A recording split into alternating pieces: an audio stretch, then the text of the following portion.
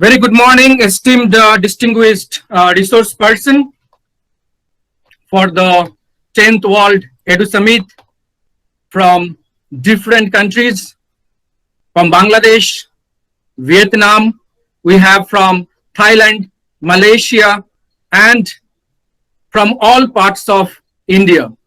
Thank you once again for your patience and support, involvement, and leadership in successfully organizing this program.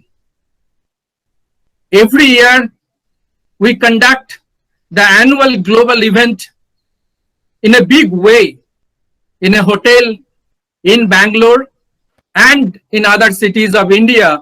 But this time, due to unprecedented COVID-19 situation, we have no other option other than to host it online. And being on online, there are a lot of advantages, like we are comfortable to be from our home, comfort zone of our home, and we are comfortable to find out sometimes to be present and connect with each other. There is no trouble of traveling long distance, checking in hotels, and a lot of other difficulties which we can overcome being an online program. And we know the whole world is going for digital transformation, whether it is corporate and academia. And moving forward in the new normal situation or in post-COVID-19 situation, I think most of the activities will be happening online, and the blended learning mode, especially in academic world, will be the new order.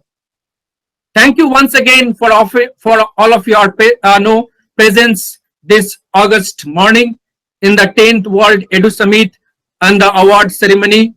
We started our journey in 2009 MTC Global in a small way, and over the span of 10 years, we have our wings spread across the world. We have our strong presence in more than 35 countries. We have 30,000 plus professional members and more than 1,000 educational institutions are Education Alliance partner to us.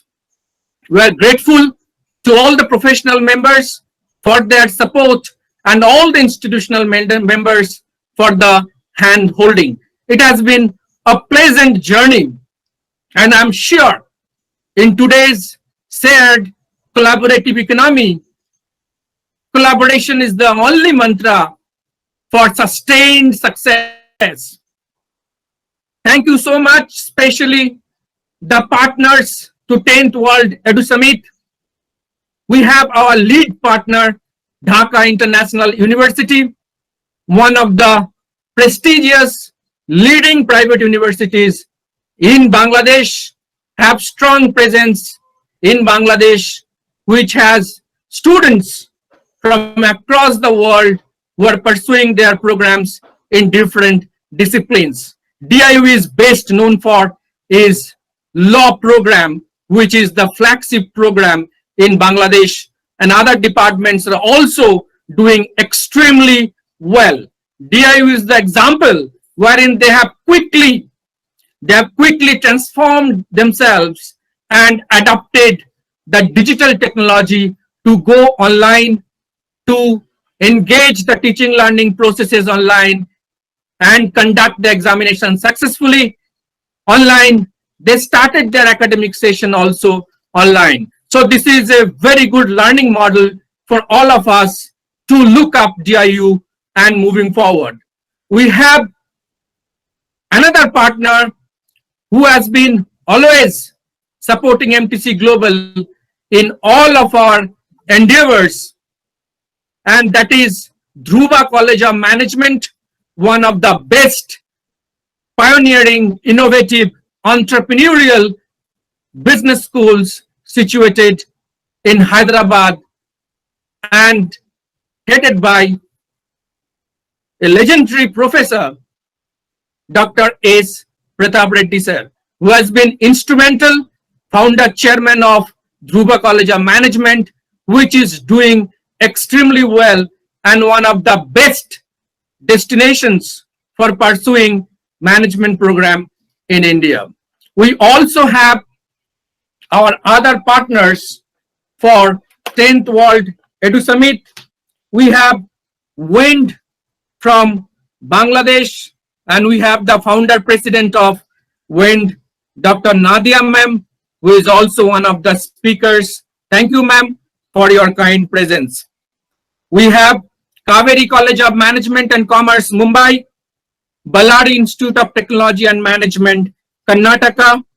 We have Entrepreneurial Economics Club of Dhaka School of Economics, which is also a partner to this event.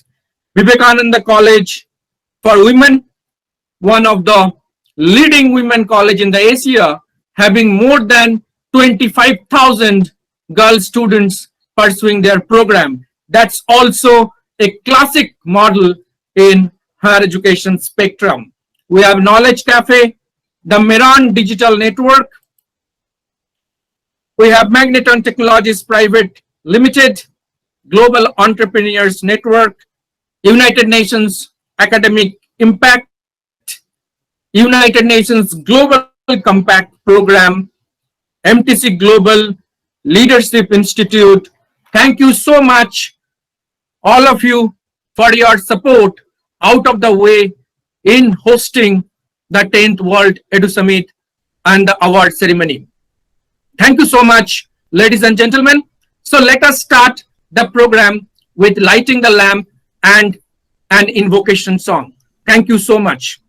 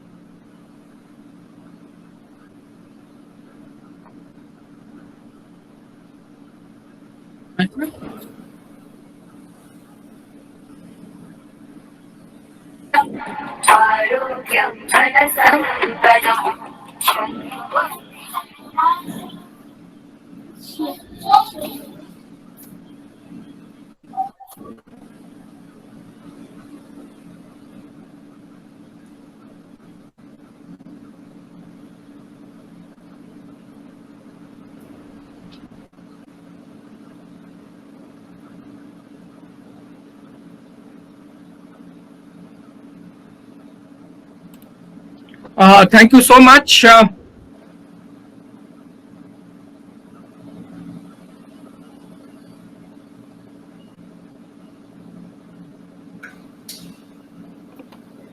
Am I audible to all of you? Am I audible to all of you? Yes, Yes, sir. Yes, sir, you are audible. Thank you so Yes, much. Prof. Yes, you're very, very audible. Good Thank morning. you, sir. Thank you so much. There are always being on online, some technical glitches, and we have to really bear with it. And thank you so much for all of your patience. As we move forward, now I'll request, let us take the program forward. We request, we have with us Honorable Founder Chairman, Dhruva College of Management, Dr. S. Pratap Reddy sir, among us, who is the keynote speaker for the inaugural program in 10th World Edu Summit. So I'll just like to introduce with a beautiful video which sir sent to us for to introduce through this video presentation.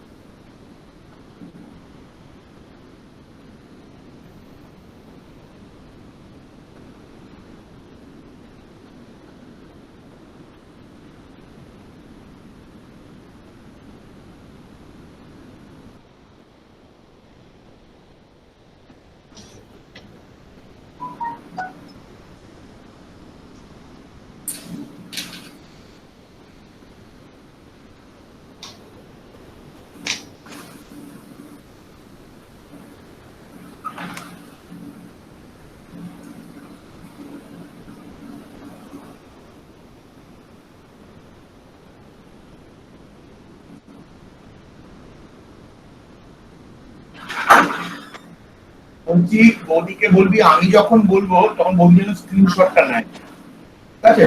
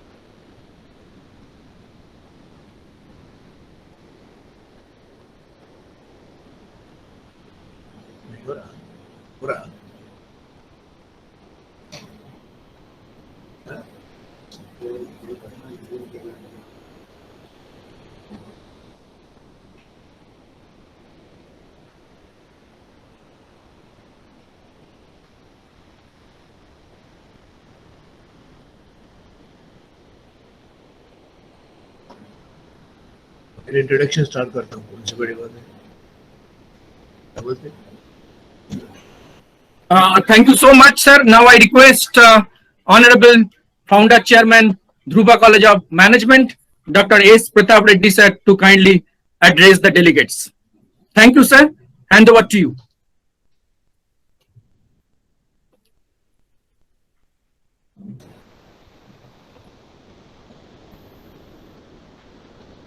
All the delegates from across the globe, almost about 250, attending this 10th Educational Summit of MTC Global. My namaste.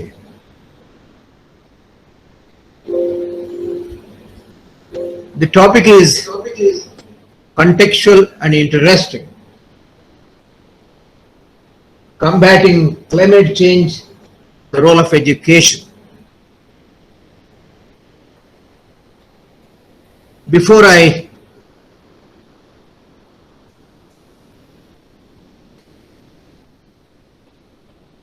introduce the topic, I would like to take refuge in what Greta Thunberg said at United Nations Climate Action Summit in New York a couple of years ago. You have stolen my childhood and my dreams with your empty words. You are failing us, but young people are starting to understand your betrayal. The eyes of all future generations are upon you, and if you choose to fail us, I say we will never forgive you. A 12-year-old child is speaking about it, and our organization, led by a gentle, simple and wonderful person, Bholana Datta, has taken us to this wonderful topic, very impending, gnawing in the eyes of the humankind. Let me talk about Sri Bholananji for a minute. In our Vedic culture, a leader is not made. Leader is not made in one life. Janma Janmantara, a leader is made. He has to be born for it. But the difficulty is not in organization and making plans. The real test of a leader is holding widely difficult people from different regions of the world together. Verily, Bholanath has held people across the globe together for all these years. And he is selfless. He is doing his duty silently 24/7, 365. And one interesting thing from Vedas, Vedic literature, I'll tell you, a leader must be dasa dasoham. Aham is ego. Soham, I am not this, but I am that part and parcel of that Paramatma. Aham soham dasoham. I am a dasa of that eternal cosmic energy. And finally, this dasoham is, we refer to Hanuman. And we always revere Hanuman. Now finally, dasa dasoham. Aham soham dasoham dasa dasoham. So I try to see these characteristics in our Bholanath. And as a matter of fact, every leader has to rise, taking a leaf from his life for the past 11 years. And I'm glad to tell you that the very first education summit, global summit, was held in Hyderabad. And we were fortunate to kind of help it in the form of food and local hospitality. And very interesting feature is our Dhruva College of Management mission is to co-produce leader managers grounded in intellectual humility and ethical profundity. And those tenets are very much alive according to the Vedic culture. Now coming to the subject, environment plays a very significant role in human civilization. Human beings have close relations with the biosphere in which they live, by the Panchabhutas in biosphere: earth, fire, water, ether, and other things. Human beings have close relations.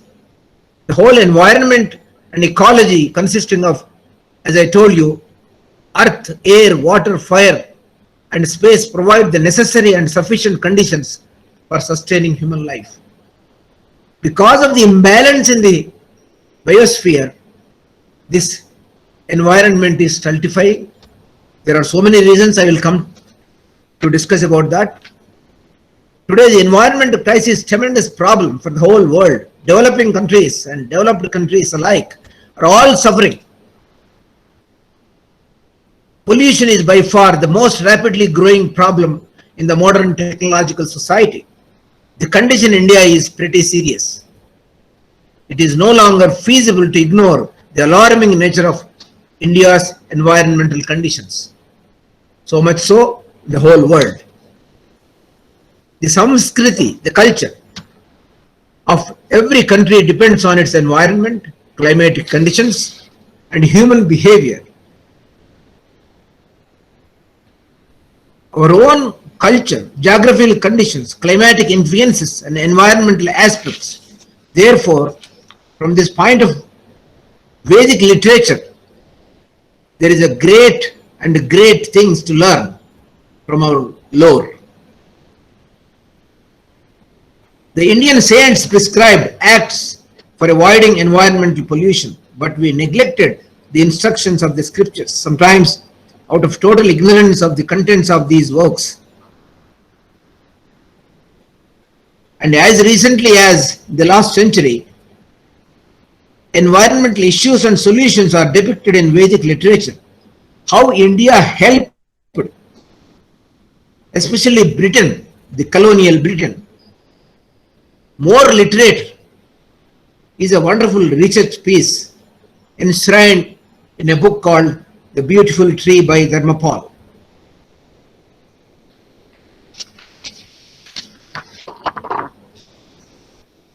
I have got a submission to the August audience. Instead of calling the subject of the day, combating climate change, role of education, I would urge, there are two aspects, very beautiful aspects, Vidya and Vaidyam. Vidya is education, Vaidyam is medicine. They can never be profit motive. Once the profit comes into the domain, the efficacy, the sanctity is gone. But I would like to take you to 1836, when Lord Macaulay has written a letter to his father. I'll read. Our English schools are flourishing wonderfully. We find it difficult indeed, at some places impossible, to provide instruction for all who want it. It is a single town of Hooghly, 1400 boys are learning English. The effect of this education on the Hindus is prodigious. No Hindu who has received an English education ever continues to be sincerely attached to his religion. If our plans of education are followed up, there will not be a single idolater among the respectable classes in Bengal 30 years hence, and this will be effected without any effort to proselytize, without the smallest interference with religious liberty, merely by the natural operation of knowledge and neglection. I heartily rejoice in this aspect. Unless we correct the way we educate our kids, there is no hope. This system is designed to generate aliens and stupid protagonists. What a diabolic statement, diabolic letter he is writing to his father, dated 12th October 1836. The cost-effective teaching methods used in the indigenous private schools of 19th century India were in fact a manifest strength, so much so they were imitated in Britain, then across Europe, and then the world did so much to raise education standards. The Macaulay has stultified the educational growth or our native educational ethos, but whatever they have done it, actually Indian systems, once they adopted in Britain, there was literacy more in Britain compared to India. In India in 1854, Thomas Babington Macaulay had established his first school in India, And Tooley, one of the researchers, appropriate heading, the men who uprooted the beautiful tree, states, by this year, this new system had delivered 452 schools and colleges with total enrollment of 20,000 in 21 districts of Madras Presidency. But 36 years earlier, the Monroe had found out that a total of 11,000 schools and 1,000 colleges with 1.57 lakhs flourished in India. So what kind of damage Macaulay has dealt with this Indian system, Indian beautiful system? Macaulay system has perpetrated and amplified the social distances among the different occupational groups in India.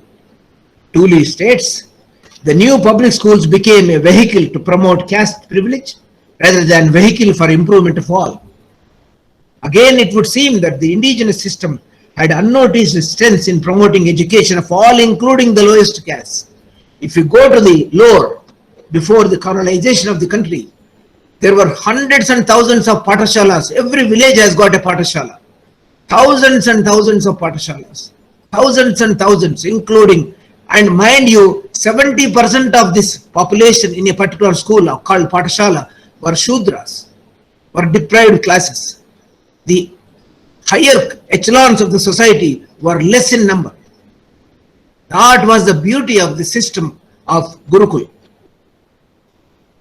Though the government spoke of the resentment of upper class Indians, the fact is that the British education system in its very nature was elitist and often prevented people from lower strata of the society into the echelons of higher education.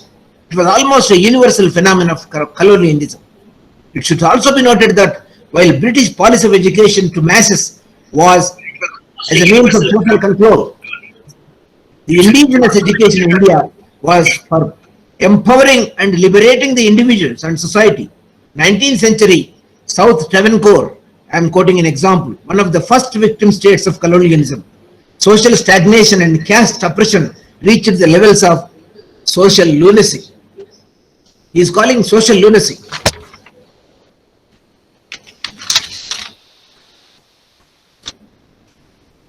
Now my question to Bolanaji and the august audience is, why we are discussing education? Why don't you go into administering the medicine to education? The type of education that is thrust on us for more than a century. Our education was wonderful. Nalanda, Taxila, even Fahian, Qiansong, the famous philosopher scholars from China visited India. Having gone through the vagaries, many students from all across the globe used to visit India and study here. The flow was not from India to Oxford or Stanford or Harvard like today, but it was in the opposite direction. That was the beauty of Indian Vedic culture.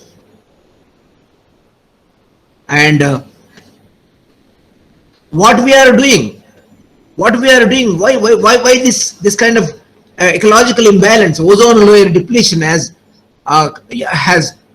dawned on this wonderful earth. Please understand, the most polluted country by particular particle matter concentration is India, 173. But highest total carbon dioxide emission by country is China, 10 lakh per unit. And the nuclear armed states, the United States, Russia, United Kingdom, France, China, then comes India. It is like a railway compartment. They have got the seat in the compartment and they don't allow others to join in. That is a tragedy.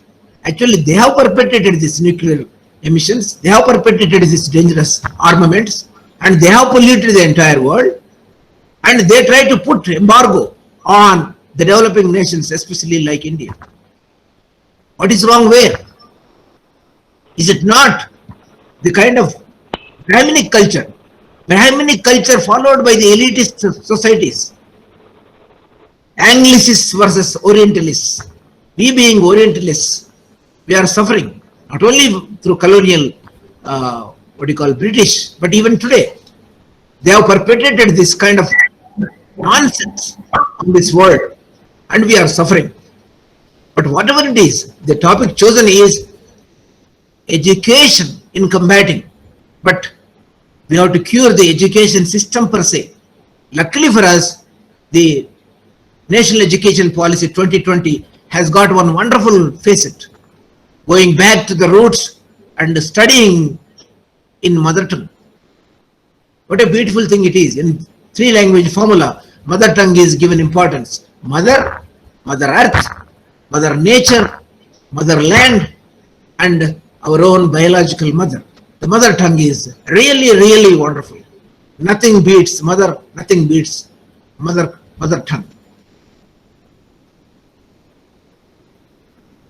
And mind you, there is a beautiful statement by a scholar of national fame. The moral flabbiness born of the executive worship of the bitch goddess success. I'm repeating for your kind attention. The moral flabbiness born of the exclusive worship of the bitch goddess success. That and the squalid cash interpretation put on word success.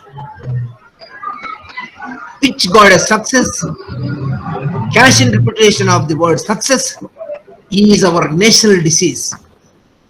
I take you an example.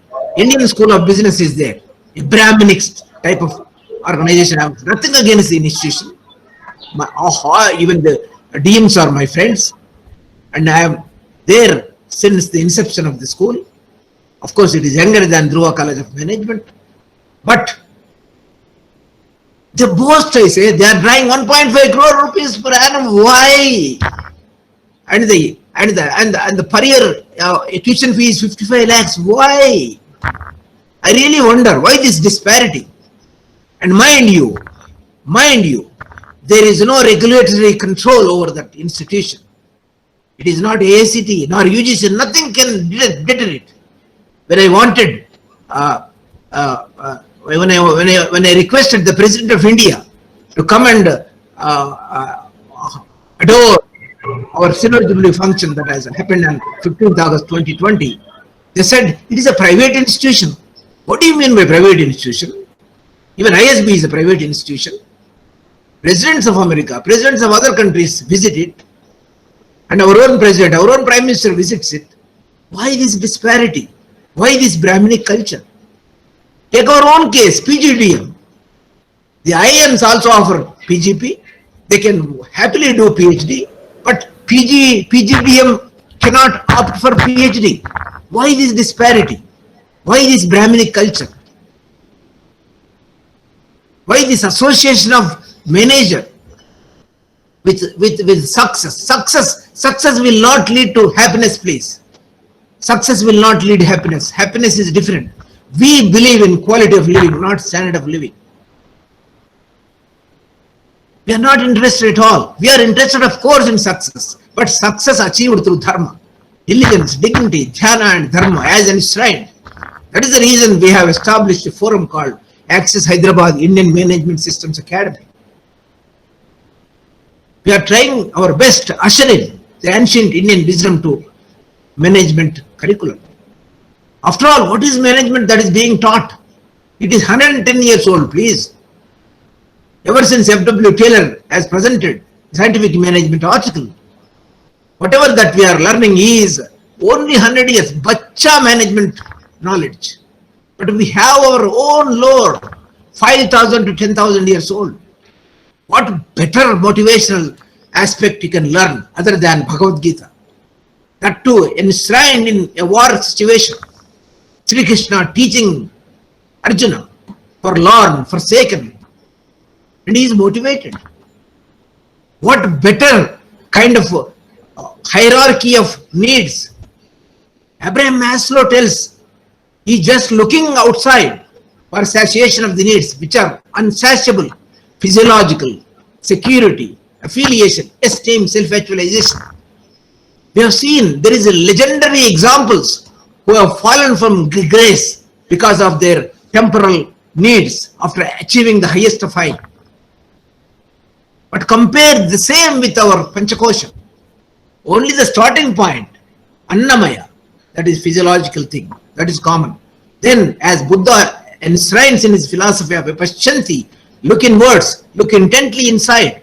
Annamaya, Pranamaya, Manomaya, Vijnanamaya, Anandamaya. Ananda is Atman joining Paramatman. Ananda is eternal. Ananda is Nirvana. And self-actualization is a distant synonym of Nirvana. We have forgotten all these things. Like it is proverbial deer having the divine fragrance in its own body politic. Is going helter and skelter in the wild forest in search of the same. But it has got in its own body politic. That is to say that our system, our body itself has got Panchabhutas. Like Sri Krishna, as a child, when he was asked to open his mouth by Yashoda, he objected to her. Mommy, don't do that. You cannot take it. But he was forced to open, and she could see Brahmanda within the mouth of Sri Krishna. That is to say that whatever Brahmanda outside is well within our own body politic. The Panchakosha or the Panchabhutas, they are well within us. So what is happening in modern era? The eating system, the living system, the traveling system. What we are doing?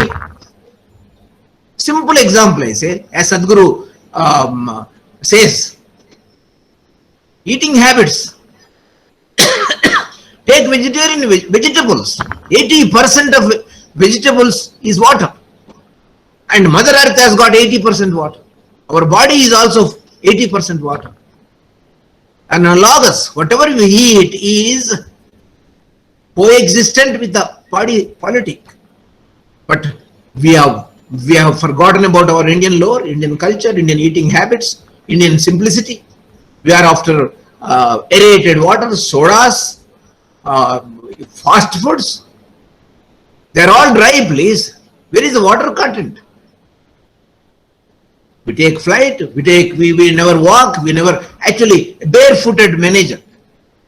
My idea of Dhruva College of Management is cost effective, no profit, and I would love to make barefooted managers. Why bother about it, I say? In the tropical country like India, I'm sorry, our Bolanaji is wearing a two-piece suit. But where is the requirement, I say? Where is the requirement? Where is the requirement? After 50 years, one of my friends visited, my engineering classmate. He saw me. I was wearing like I am today, ordinary kurta pajama. As a chairman, you are wearing kurta pajama? Yes. How is it possible? Look down. I was not wearing chappal. The entire campus encapsulated in 800 acres green forest.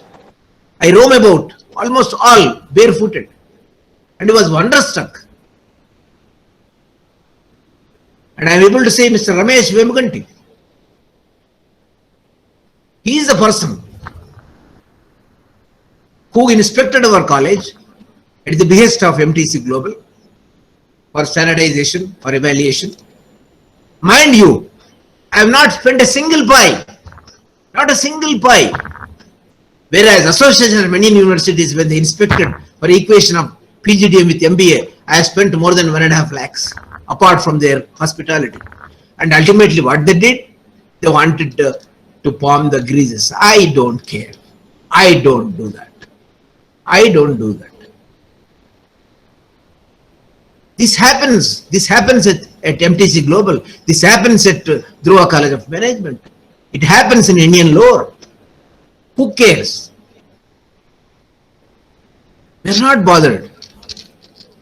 Like it is, again I repeat, the moral flabbiness born of the exclusive worship of witch goddess, that is success.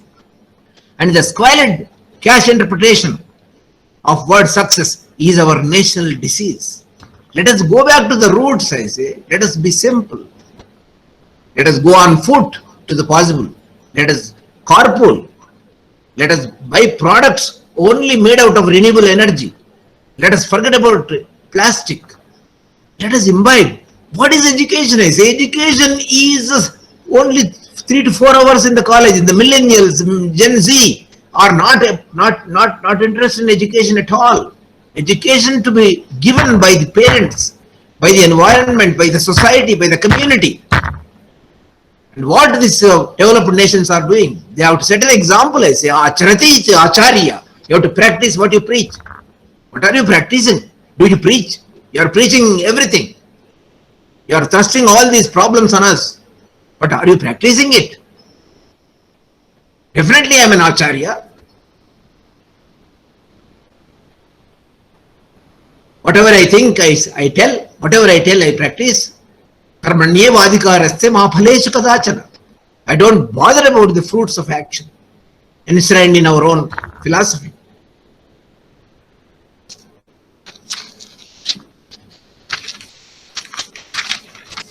And lastly, I would like to take you to our system of living. System of living. Mind you, why Corona is failing to affect us, Indians, in general? Because our own age-old practices. Our own age-old practices, please. We have forgotten that is the education we require, I say. Cow dung, cow ghee. There are so many families in Bhopal gas tragedy. They could save themselves by making a home of this cow dung and cow ghee. The vapors coming out of that could help them live, combat the pollution, the horrific pollution coming out of Bhopal gas tragedy. And our own villages, if you go, the cow dung is used, the cow urine is used as a pesticide. And everything is biodegradable. Simple. The more you are moving away from Mother Earth, more you are getting into trouble. We have lost, we have forgotten our roots. Let us go back to the roots, I say. Let us go back to the roots. To start with, we have at least this mother tongue approach. Let us think of it. That is to say that there must be cure of education instead of what you call asking education or educationists to change. Let us cure education first.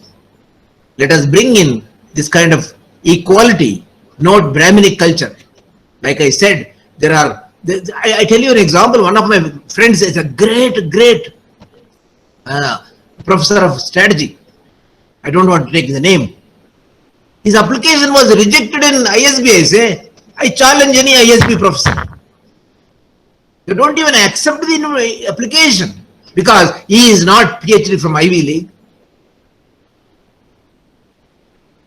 When a chaiwala can become prime minister, that is the Indian culture. Why not? Why not that is impregnated in its practice everywhere? What is this degradation? What is this kind of difference?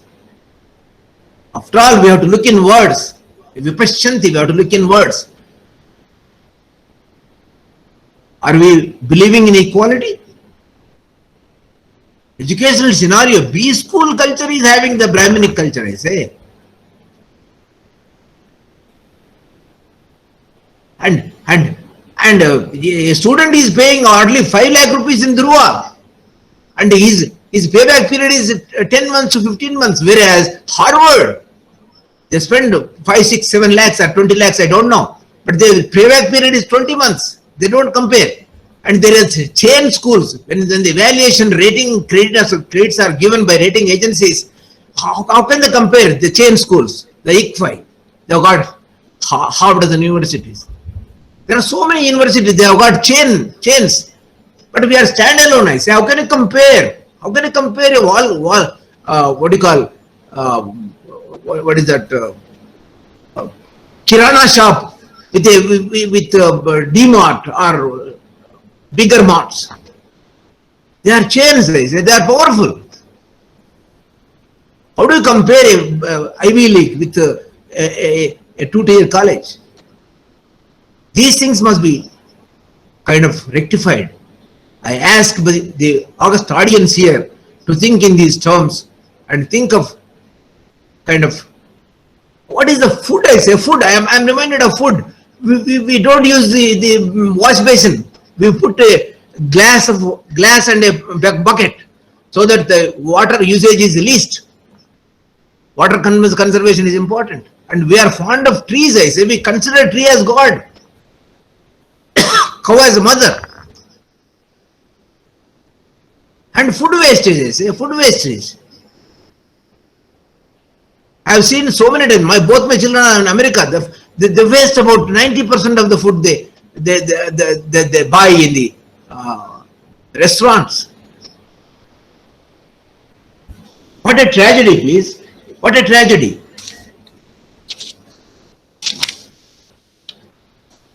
Annapurne, Sadapurne, Shankara Pranavallabhe, Jnana Vairagya Siddhyartham Bhikshandehi cha Parvati.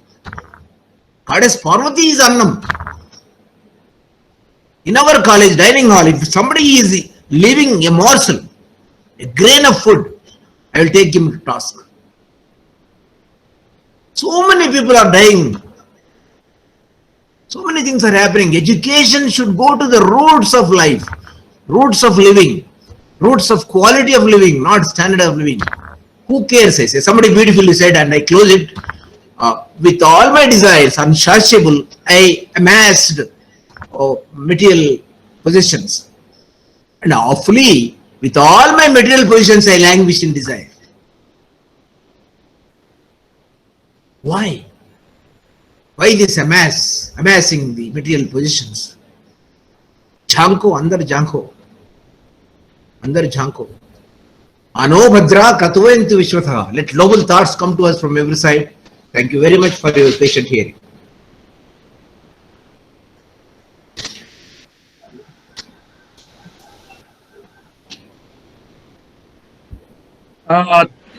Namaskar, sir. Thank you so much for enlightening with your wisdom to all of us. And definitely there are many takeaways from your wonderful deliberation. And we'll try to keep up to your expectation in whatever best possible way we can do it at individual level or at our own institutional level. As sir rightly said, that it's more to do. People are talking that the world is taking fresh breath due to this COVID-19 situation. The pollution has come to an end. And this COVID-19 situation is also people are attributing to the climate change. And as a result of that, so I think environmental issues, we know in engineering programs that environmental studies is given as a subject in the curriculum. What we believe that it should be part of all disciplines, cutting across all programs. Not only that, keeping it in the curriculum, but at the same time, can we think of paperless campus? Can we think of e-campus? I think these are some of the new thoughts which have come up of late due to COVID-19 challenges. And definitely, can we go for wind power? Can we go for water reservation? Can we cut down the working cost? There was an experiment in Germany wherein they brought down the working days from 6 days to 3 days, and they could save a lot of energy, lot of resources. At the same time, they could see that productivity was also same like before. So these are some of the experiments which were done before sorry, this COVID-19 situation. I think we need to look fresh because of these challenges, and moving forward, as sir rightly said, the National Education Policy 2020 is a great intervention to create employable graduates, to give multiple exits during their course of studies up to graduation, and vocational course, integrating vocational course from 6th standard onwards. I think these are path-breaking initiatives by Government of India, Anyhow, there will be some challenges like three language formula has become a center of debate in some of the states. Those things always will be there, and we need to amicably address those for the interest of the country, for the interest of our students, the future leaders of the world.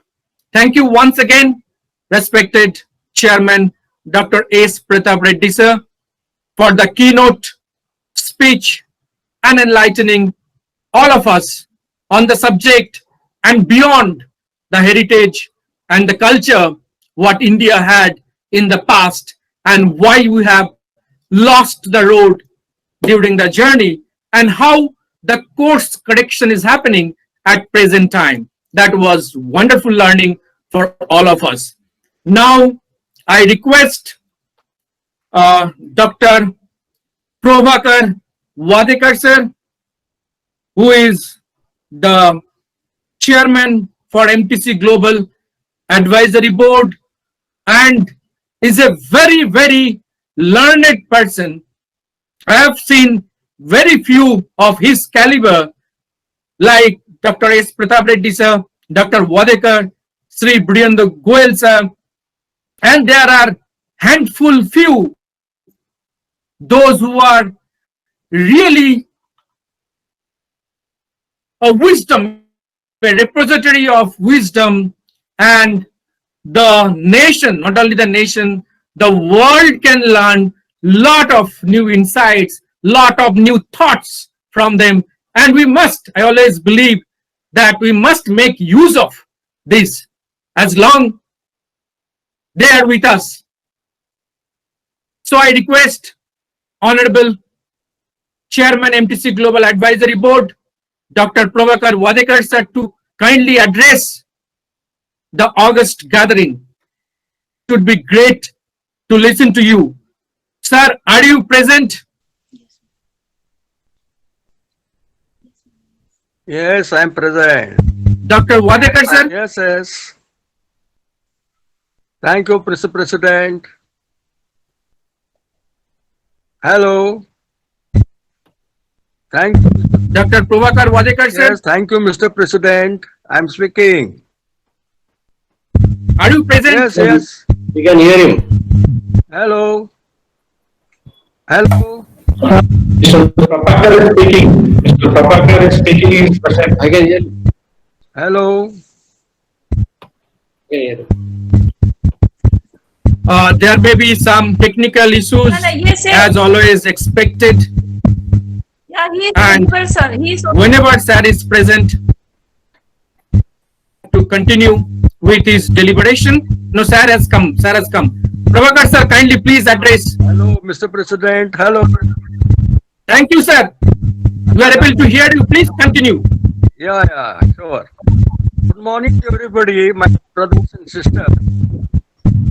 Today's topic is very interesting. Connecting medicine to education. Now, we have to go to the root of the issue, education. That is, what of education, where it is to be taken care of, how it is to be taken care of, when it is to be taken care of, so and so forth. As you saw, you are aware that education is a man-made system, totally artificial. You don't find any education systems in other living creatures. And therefore you will find that we have to always go on improving our education systems right from the last 6,000 years or so. Now, when you look at the Asian Indian culture, we have got 4 pillars of life to lead a meaningful life. That is dharma, artha, kam and moksha. Moksha means to lead a meaningful life. How you can lead a meaningful life? Observing certain dharma. Dharma means not religion. It is the rules and regulations, practices, rituals that can be applied to artha, that is the finance, economics, development, and also through our kam. Kam is the greenness, basically.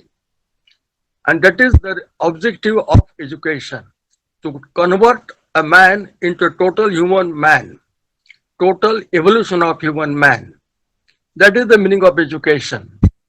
Now, where it should be taken care of? It is to be taken care of in institutions. As you know, that about 6,000 years earlier, we had Gurukul systems. What is Gurukul system? It is living and tuition free. There is only Guru Dakshina, but not only accepted by the Gurus. And moreover, you will find the Gurus are self-financed, in the sense they used to earn their livelihood either through farming or through certain produce like like mentoring outsides. And similarly, you will find that this is the culture of Gurukul systems. We have got very good institutions called as Asian Indian universities. They are operative till about 6000 BC, but then by the 8th century, they were burned to ashes. Then we come across what is known as the factory system. Factory system was introduced in the 18th century, and it has got two objectives: economic development through exploitation. That is, if you want to earn more profit, you have to exploit the people. Now, this is actually, as already been discussed by earlier speaker, Honorable Dr. Pratap Reddy ji. On 2nd February 1835, Lord Macaulay addressed the UK Parliament, and he advised the Parliament that if you want to win over India, the land of gold, you will have to tackle two issues of India. That are strong points: the education system, and also the other point is social harmony. And you will find that he introduced what is known as the British model. I call it as the Macaulay model, and still it is being followed in India. We are lucky that our National Education Policy 2020 has incorporated some roots of Indian education system about 6,000 years earlier. Now, when you come back to this, and about 1779, so one of those scientists, Lucy, he told that basically he was against the machines, and he said that in future the man will be jobless. But it's not happened so, because when you change the technology, you can change the certain, you can absolute, some jobs becomes absolute, and some jobs are, new jobs are created. If you come across another research paper, I came across a research paper recently by Luca Rossi, maybe about 2 years or later back. The title is "Forget About the Coding and Philosophy is the Job of the Future." And there she is discussing 4 elements of human life which can lead to meaningful life, and that is the line of morality, the line of consciousness, then alignment, and then we come across the 4th one as the meaningful life. This is how we can see the journey of education systems in the entire world. Now let us turn back again to United Nations. About a couple of years earlier, they introduced what is known as development goals, sustainable development goals, SDG, and there are 17 sustainable goals. Now, one of the goals is to give the education, to cater effective education to the generations, to the kids. That is number 4. And if you look at the other goals from 5 to 17, they're basically for economic development. Now, when you combine these educations with these economic development goals, what do you achieve? The first 3 goals. That means no poverty, zero hunger, and also you will find the healthy and meaningful life. That is what they have decided, what they have designed for the entire world. And it is expected by 2030, some of the goals can be achieved. Now, this is what the total affair or environment of education systems in India and all over the world. Now today I'm going to tackle with two basic issues that if you want to cater effective education, there has to be some sort of other approaches. That means I'm going to speak over two things about the academic institutions, the financial sustainable development and environmental sustainable development. If you are having sustainable development, you can think about the sustainability. Now let us go back again to the first issue of sustainable development for financial point of view.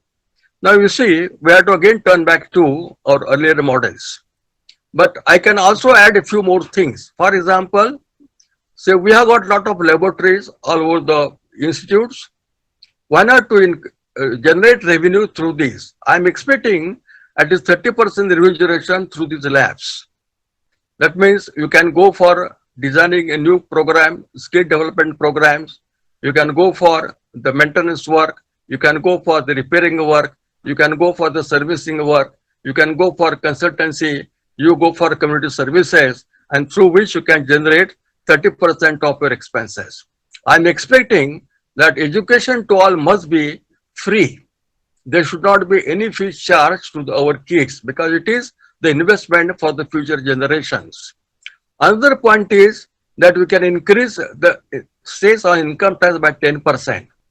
Now India is full of, India is a very religious country, secular country, and then we get a lot of donations to these religious places. Why not to go for 10% cess on these religious places? 10% cess on the donations they are receiving every year. This you can say, for example, why not to add 5% Guru Dakshina to our graduates who pass out from the institutions throughout their life. These are some of the ways through which you can think of the sustainability financially of our institutions. The other issue for us is sustainable development for environmental. Now this is a big issue. Now in this case you will find that what we can do, we can at least have a awareness programs or at least one course per semester on environmental engineering and sciences. So another part is that as far as environment is concerned, we can reduce coursework. Presently, university has got the load of 30 to 35 hours per week. Why not to increase it to, why not to reduce it to 16 hours or 15 hours per week? Giving more emphasis on practical and field work as it was given the Gurukul system. Because most of the disciples, they have to work in farms or jungles. We can work our students in hospitals, they can work in industry, they can work in agriculture, and they can work in any other field of which can contribute to the development of the country. So this is what we can think about it. Similarly, every institution should have a share of environmental sustainability because our main focus will be how to go for environmental sustainability. And you will find that we can do many things in environmental sustainability through institutions. Say, for example, we have got NSS, National Service Schemes. In all the universities, it is mandatory. What actually they are contributing, our youth, we spend say crores of rupees on that to all over India. But what is the output for that? Say, being a man of industrial engineering, I always look for productivity and effectiveness. And therefore, when I invest 1 crore of rupees in the NSS activities or NCC activities, what actually I am getting out of it? The return on investment. That is very important. So this force can be directed to work on these lines so that we can use their services for community and other purposes. So these are some of the ways through which we can go for environmental sustainability. So therefore, my friends, my request is that try to develop our institution which are sustainable in both ways, financially as well as environmentally. So, and autonomy is beyond that. Autonomy is something different. Autonomy is only possible if you have got sustainable institutions and also sustainable institutions environmentally and financially. So our objective is to operate on these two issues which are giving a lot of trouble to us and which are facing many problems through it. So this is what exactly we can do in this area. Now, my friends, therefore request you that why not to work on these two lines, and any peak of course can be taken care of through these particular two means: sustainable development of financial and sustainable development of environment, spreading through the complete generation, complete society, community. My friend, therefore, I appeal to all our fraternity brothers to work in this area. Now, already our Honorable President Bhoranaji has given certain glimpses and features of MTC. But I think I could add something more, something more as I come across. The first thing, that it has got 10 years life. It is a non-profit organization. We work without any remuneration. It is just a free service for MTCG. Second part, that we have started our activities every year through a mega event earlier known as Sankalpa, and 4 years earlier we started with Sankalpa converted into what is known as the 7th World Education Summit, and today we are on the verge of the 10th World Education System Summit. So this is what exactly the MTC is doing. Apart from that, you will find that we recognize teachers, institutions, professionals, and give them awards every year. Awards, number of awards will be as good as 50 to 100 awards, depending upon the different types of. Also award some programs like fellow program of MTC.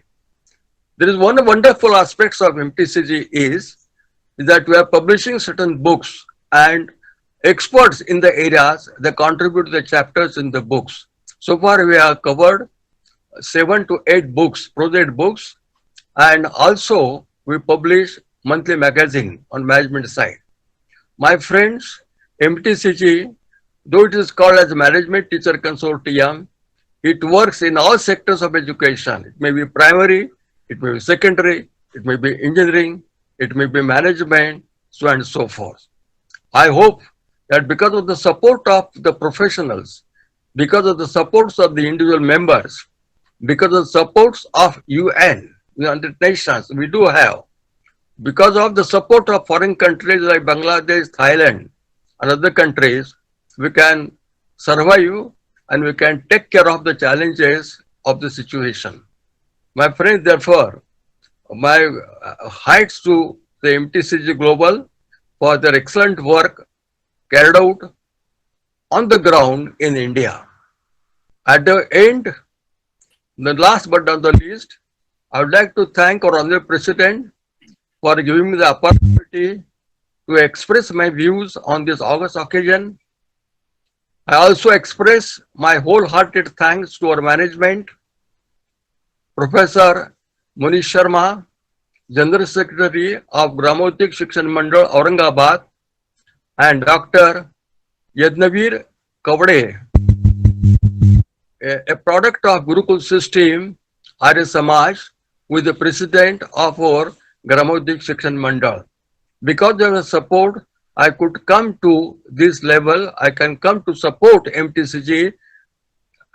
I was also thankful to my family members and basically my young daughter, a last year student, who did 2 times haircuts during the lockdown period of 5 months, isn't it? And sees how she's managing the whole show of today. I thank you all once more. Thank you very much. Thank you very much. Thank you very much.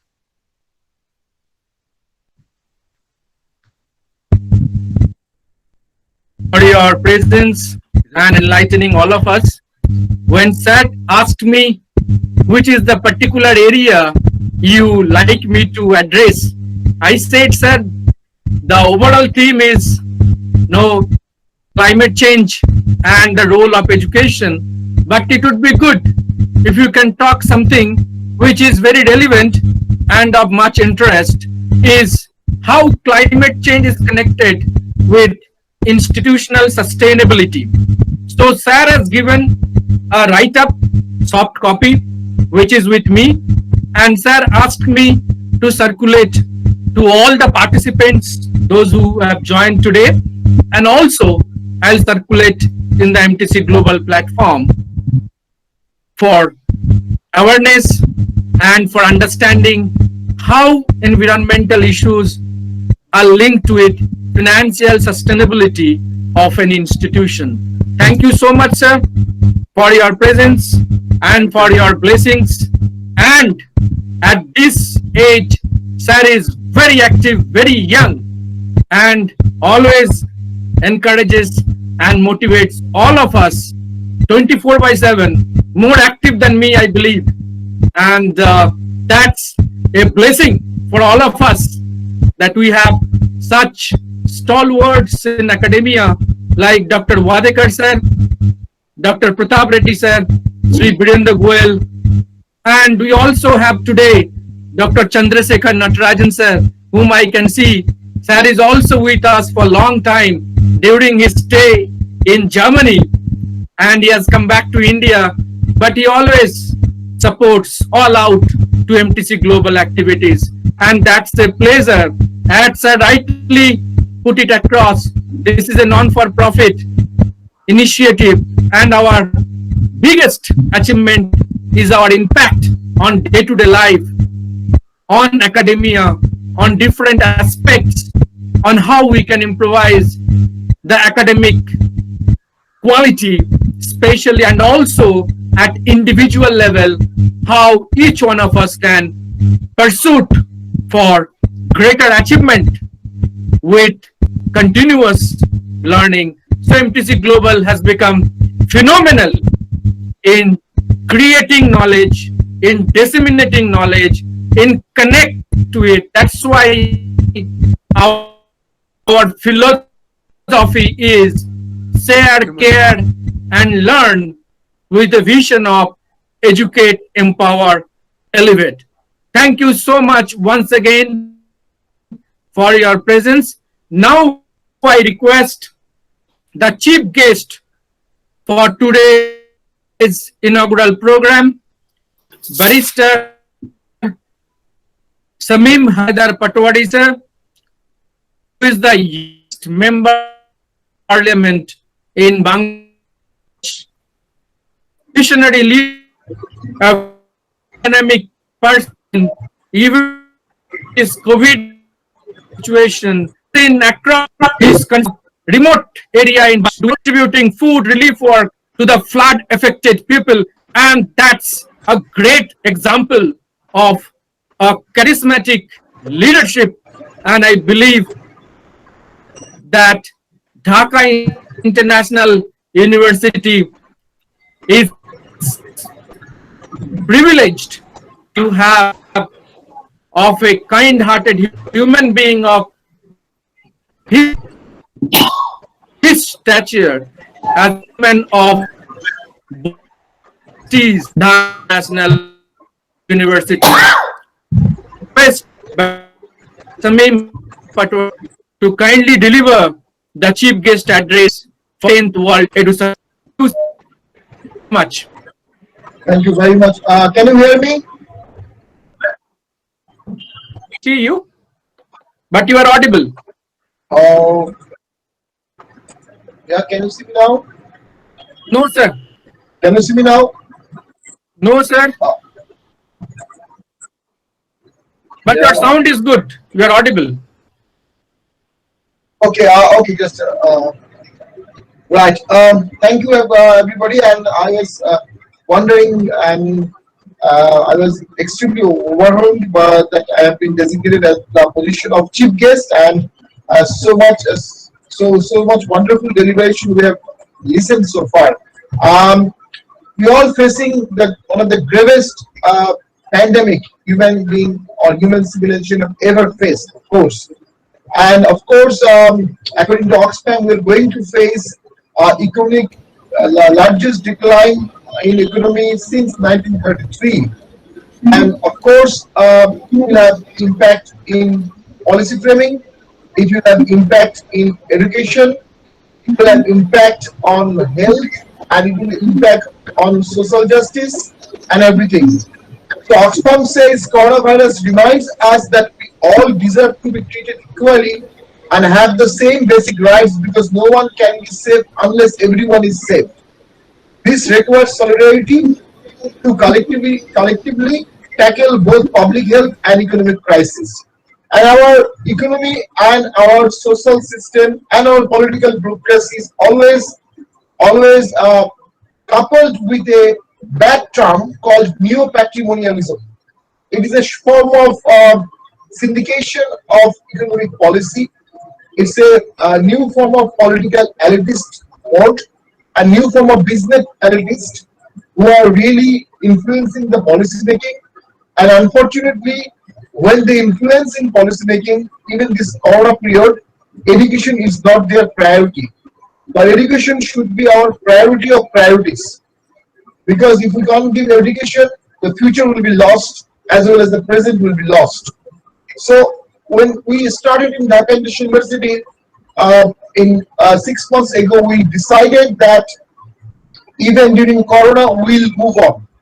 And then we have a meeting with all teachers, all faculties, board of trustees, syndicates, and everybody. And there is then we decided that we'll start our online classes. And there was a huge challenge for a mid-level university from Dhaka to start a full-fledged online courses. And then there is a student movement that we're not equipped with online classes, we're not comfortable with online classes, we're not even financially viable to attend online classes. That was the initial students' reactions.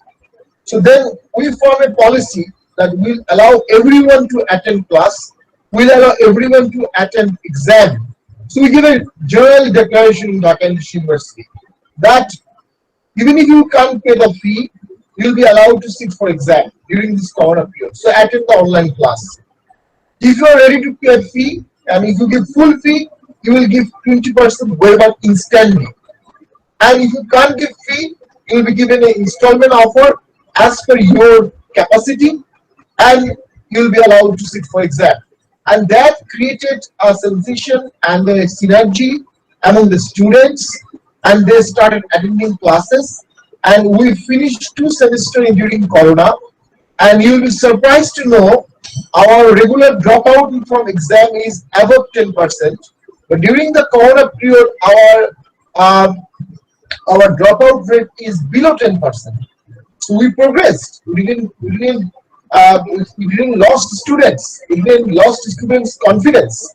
So obviously, the education institutions, they are going to face enormous fund crisis in the upcoming days.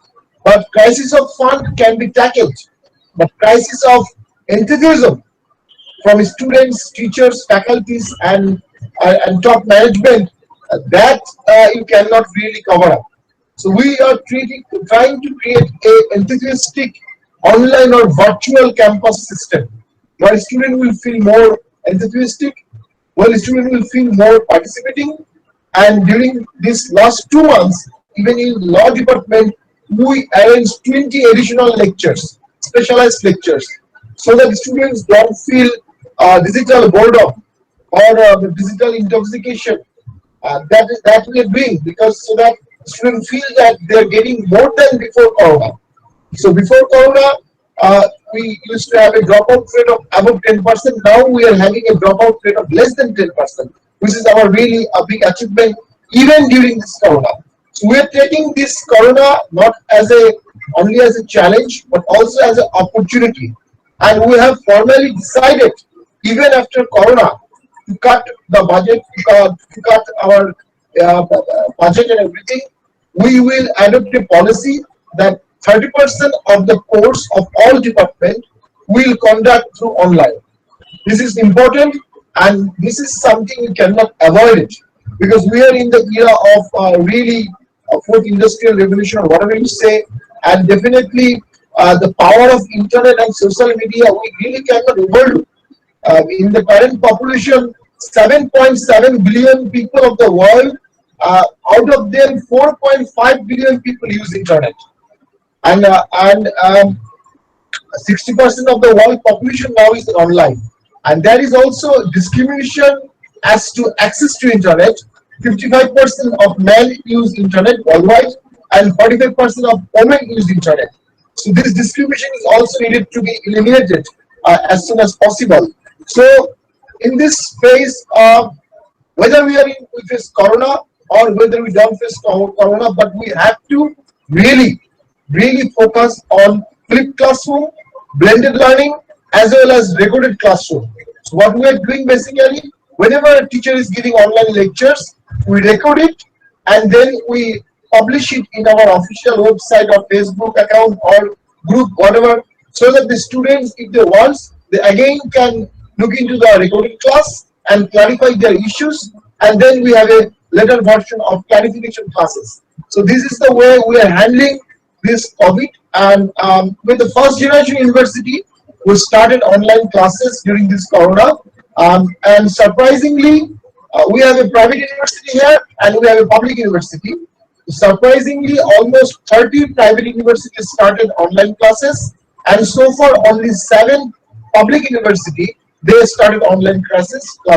So we can use resource and everything. Even public universities are lag behind in starting this thing. So I like to say something about education, and of course, I personally believe that education means collaboration at the moment and partnership. And the problem we are facing is that, as I told, because of the neo-patrimonialism and overwhelming impact of business community in framing the policy, we doubtful whether education will be the priority of priorities. But education must be the priority of priorities. And also, the bureaucracy in Indian subcontinent, including Bangladesh, they are not always willing to have the partnership or collaboration conceptions. So in 1922, British Prime Minister David Lloyd says Indian civil service are steel frame. You cannot penetrate them, and they will not allow anyone to penetrate it. So the government education mechanism that so far has been handled by bureaucracy, it needs to be distributed among the educational institutions. And government must give subsidy to all public and private universities and other institutions, so that we can create a better future for the nation, so that we can really use this COVID situation for upgrading the skills and talents.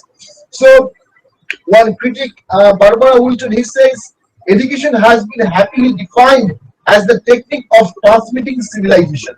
So if we don't collaborate, how can we get this civilization transmission? And Ronnie Stuala recently in an article, he says about India, education is the rock on which India must build her political salvation.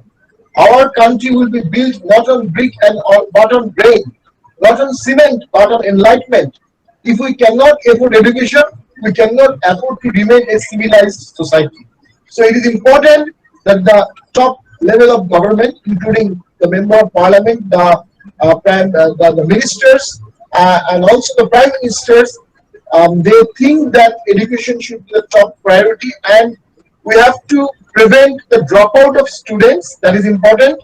We have to prevent the dropout of institutions. This is also important. A number of tertiary level institutions or below tertiary level institutions, they are going to shut down in the upcoming days. And if the government incentive, or if the government COVID incentive be transmitted to those institutions, so that they can make the education cheaper or tuition free and sustained, then of course we can really cope the COVID situation better. And I personally believe that the government must donate huge fund or interest-free loan to students and to institutions to face this COVID situation. In the parliament, I just finished the session of the parliament yesterday, 2 days back. So I categorically mentions that every student, whether he is from public university or from private university, must be given a interest-free loan or incentive or he must be given a smartphone or tab or something, computer or laptop, so that they can attend classes virtually. And it must be interest free or free. And the institution can be public or private, but the students cannot be public or private. All students are students. They are citizens of the country and they should be treated equally. There should not be any discrimination in this COVID period between public university students and private university students. So many of the learned speakers mentioned about ancient Indians education tradition. Of course, Nalanda was our proud national pride, and of course our Indian pride. And so far I know 10,000 students used to study in Nalanda all over the world. And the trains was not from here to Europe, but from Europe to here. And Nalanda was a completely free education institutions. The king used to take care of the expenses. Whoever can vote as a king, the one of the oath was he will take care of the education institutions. And also Nalanda was completely residential university. The only first residential university in the world is Indian Nalanda University. So we have to bring back those values, those models, those structures back to India and Bangladesh, of course. And I personally believe MCT Global is an excellent platform in creating those values, in creating those partnership, in creating those collaboration. And I have no hesitation to say I attended so far 4 or 5 MCT Global's annual summit, and I educate myself from the summit. And in operating the Dhaka International University, we take this quick decision of blended learning or online class because of the education we receive from MCT Global's summit. And every time I go to this summit, I meet with so many people, and we request them to take some classes sometimes. And Mr. Brad Datta is a very good organizer, a very learned person, a man of excellent leadership, an excellent management skill, an excellent, honest and dedicated person. Of course, he is creating a disruptive intervention in the education system of Southeast Asia, and he is creating a role model. And of course, during this COVID period, we need more collaboration, we need more partnership, we need more recorded classes. A sector should be now revealed like Khan Academy in America. We should have lots of recorded classes, and you can, so that we can buy them on paying nominal fees and distribute them among the students. If this COVID, we can hope through education, we can save our future. Because health-wise, we fail. Economy-wise, we're definitely going to fail, no doubt about it. But if education we can sustain, and education we can keep safe, education we can keep continuous in nature, obviously we can save our future, and our economy will be safe then, our health will be safe, and ecology will be safe, everything will be safe. So I will not take much longer time. It is a wonderful experience to attend this summit as always. I miss the great food of South Indian food. Because every time I go to Bangalore, one of the reasons I attend this conference is to taste the South Indian dosa, idli and samba. I am a big fan of Indian food, but this virtual meeting really is virtual. And also this virtual meeting, I can see the participant number is huge, and the image and knowledge and skill of the participants, and the depth of knowledge the participants have, and the learning process and the vice versa learning process is really something to be praiseworthy and highly appreciated. Thank you, everybody. Thank you. See you again. I hope we all able to cope this COVID situation. I hope we all able to really cope this COVID situation and make our world better than before, as it was in COVID, before COVID. Thank you, everybody. Yes. Hello, Mr. Datta. Yeah.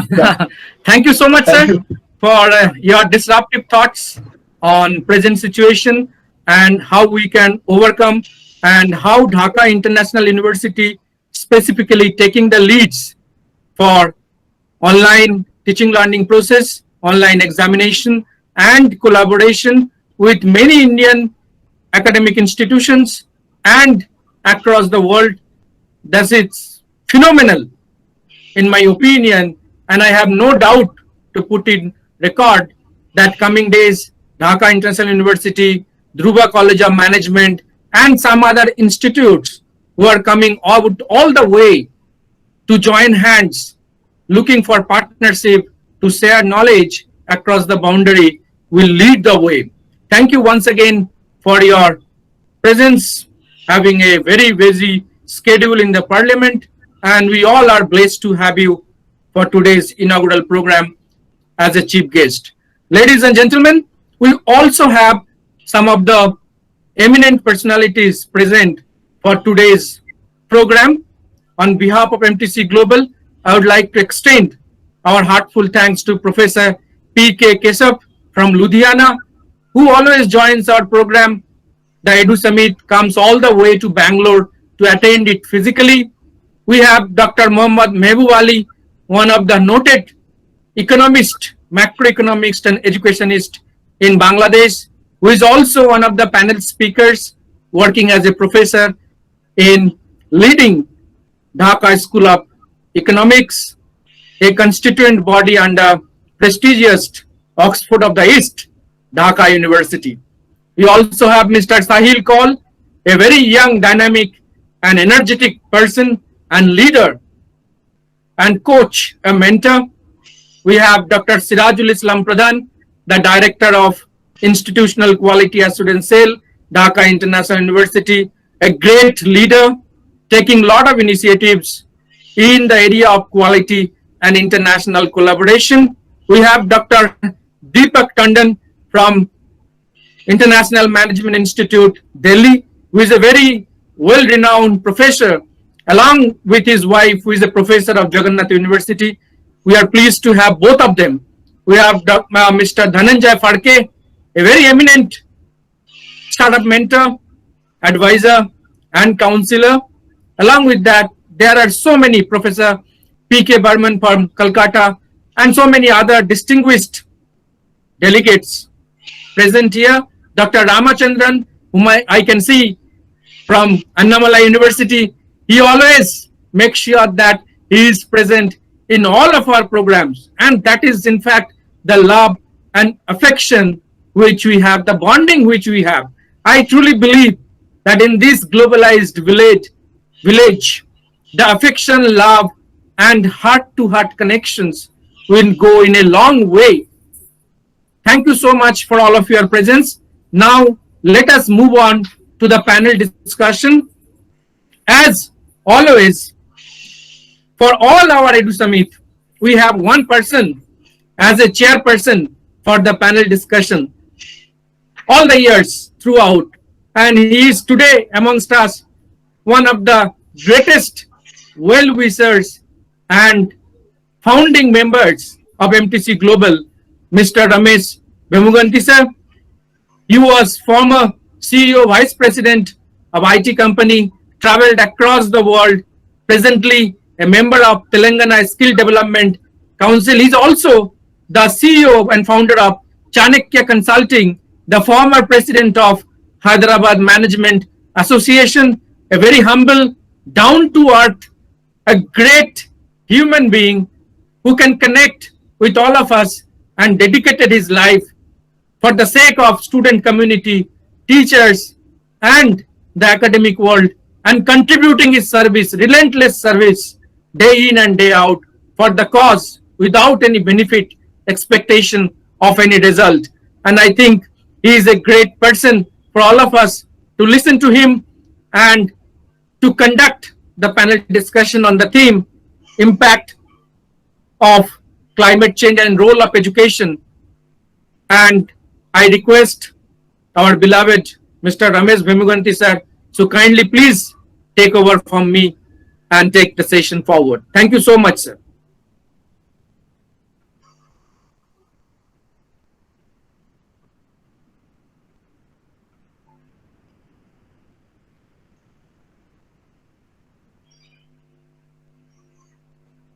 Am I audible now, please?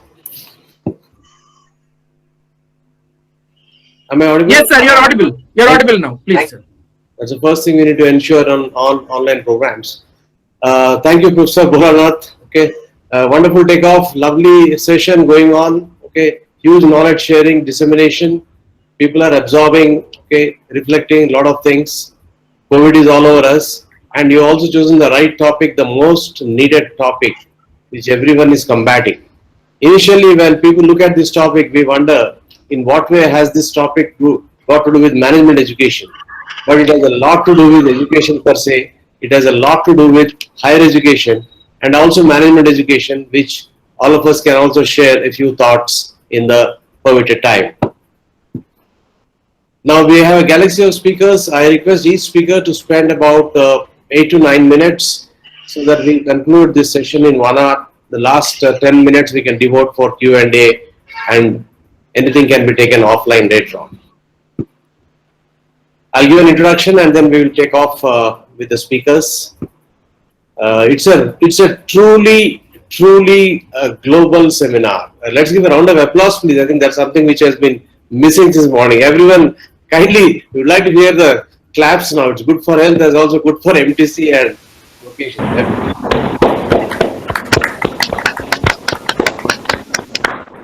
Thank you.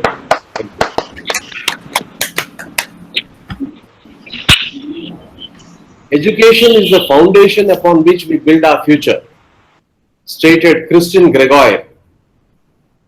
Now, it's very clear now. People talk about business continuity. Okay. Thanks to online education, we have education continuity. Yes, there are challenges. There are issues. As our Bangladesh academician and politician also stated very clearly, Dr. Pratap Reddy sir also stated, yes, but the fact remains that if we are meeting today in this pandemic, it is thanks to the online education. It is thanks to the online technologies. And let's give a round of applause for all those people who built up the platforms, the tools, the technologies, the process in an online way, and ensuring that the whole education is continuing at every level, school level, higher education, management education, all types. That's important. Then we have the edtechs coming up in a big way. We have platforms, we have virtual universities. The whole thing is going in a direction. Okay, so nothing can stop education. Even COVID cannot stop education. COVID can stop business. COVID can stop jobs. COVID has affected all the areas in the world, not education. That is what we have to understand, and let us give the message to everybody. And education results in knowledge. Education results in learning, and knowledge defeats fear. Why are people fearful today? Because there is less knowledge. The more knowledge we have, okay, the less we fear. It's very simple. And MTC Global, this is one forum globally, I would say, one of the few forums online. Phenomenal knowledge sharing is happening in a selfless manner at the highest level and pedestal by dedicated and committed academicians, okay, and management faculty and management fraternity, the professors, the deans, the professionals, okay, resulting in huge service to the humanity. The outcome is absolutely wonderful. Today, a faculty knows how to teach a management subject by reading a few mails in MTC Global. Many researchers are doing the research on MTC Global. This is very important that I should mention this point so that we are all on the same page. So it is sustainability the right way. There are many management forums in the country. I am also associated. I do not want to name them. But what is their contribution to management education vis-a-vis MTC Global? Okay, it is not much. Whereas we are purely dedicated. As simple as that. Coming to the topic of the day, combating climate control role of education. The 20th century is the warmest of the past millennium. 1990s, the highest recorded temperatures have started. Earlier in India, we were experiencing only summer was 3 months. Today, summer is 10 months. Right? Every metro, every city, every villages are also burning. It is not just shining. There is no sunshine. It is all sunburn. Okay, it is very clear. So climate control is replaced today by global warming and extreme temperatures which are going out of the system. Okay. UN formulated the great 17 Sustainable Development Goals in 2012. A lot of seminars are being held. Today webinars are also held. But then the outcome is of equally important. And number 13 in the 17 goals is climate action, which is very important. The world has definitely become a better place, and there is awareness across economies and sectors globally on climate control. In 2013, an international panel on climate control has confirmed that there is a human influence on 5 things. That is the reason why we are having the seminar. 1, the warming of oceans and atmospheres. It is absolutely going out of control. 2, challenges in global water cycle. 3, reduction in snow and ice. Glaciers are melting. Ecosystem is getting disturbed. 4, global mean sea level rise. And finally, extreme climate changes. If you look at India, the recent floods in Bengal, in Assam, in Kerala, and most of the time Chennai and Bombay, I think every year they should have this water drowning, and at least 1 week will go in that only. Okay. This is all a result of the climate change and climate going out of control. It's very obvious, which all of us have been reading day in and day out. Even Rishikesh and also your all the holy places are getting disturbed because we have tampered with the ecosystems there. Okay. So finally, what does it all convey? We have not respected the environment. The message is very clear, right? As Benjamin Franklin said, investment in knowledge pays the best interest. So let us invest in knowledge, the right knowledge by which we start respecting the environment, and we ensure that we don't have these floods and storms and gales and winds and cyclone, okay, and extreme scorching heat by which people are getting affected in every possible way. Learning leads to knowledge. The continuous learning is the name of the game. Now let us look at the students and youth, the role of education in combating climate change. If you look at the students and youth, the students especially from 5 to 15, that is the age group where we have to focus on understanding of climate control. Okay, and the youth especially from the 16 to 25. What can they do? First of all, what are they today? They have gaming literacy. They have Facebook literacy. They have Instagram literacy. They have social media literacy. They have digital literacy. Anything digital, they understand quickly. Okay, you don't have to teach them. But what is important is they need environment literacy. They need climate literacy. And if they understand environment and climate, it will be a humanity literacy. So human angle is missing. Today in COVID also, as one point I would like to mention, in the present environment, many people are looking for jobs and getting frustrated, most of the youth losing jobs, okay, and issues. They should understand one thing, acceptance. Are COVID mein kahan milega bhai job? Right? You have to understand acceptance and adaptability. You need to understand that the situation is a pandemic. It is not just one more disease. Yes, it is much better than 1918 when we had a pandemic of Spanish flu. The world was not that advanced scientifically and technologically. But still, we have to wait. Waiting is the name of the game. Accept and adopt.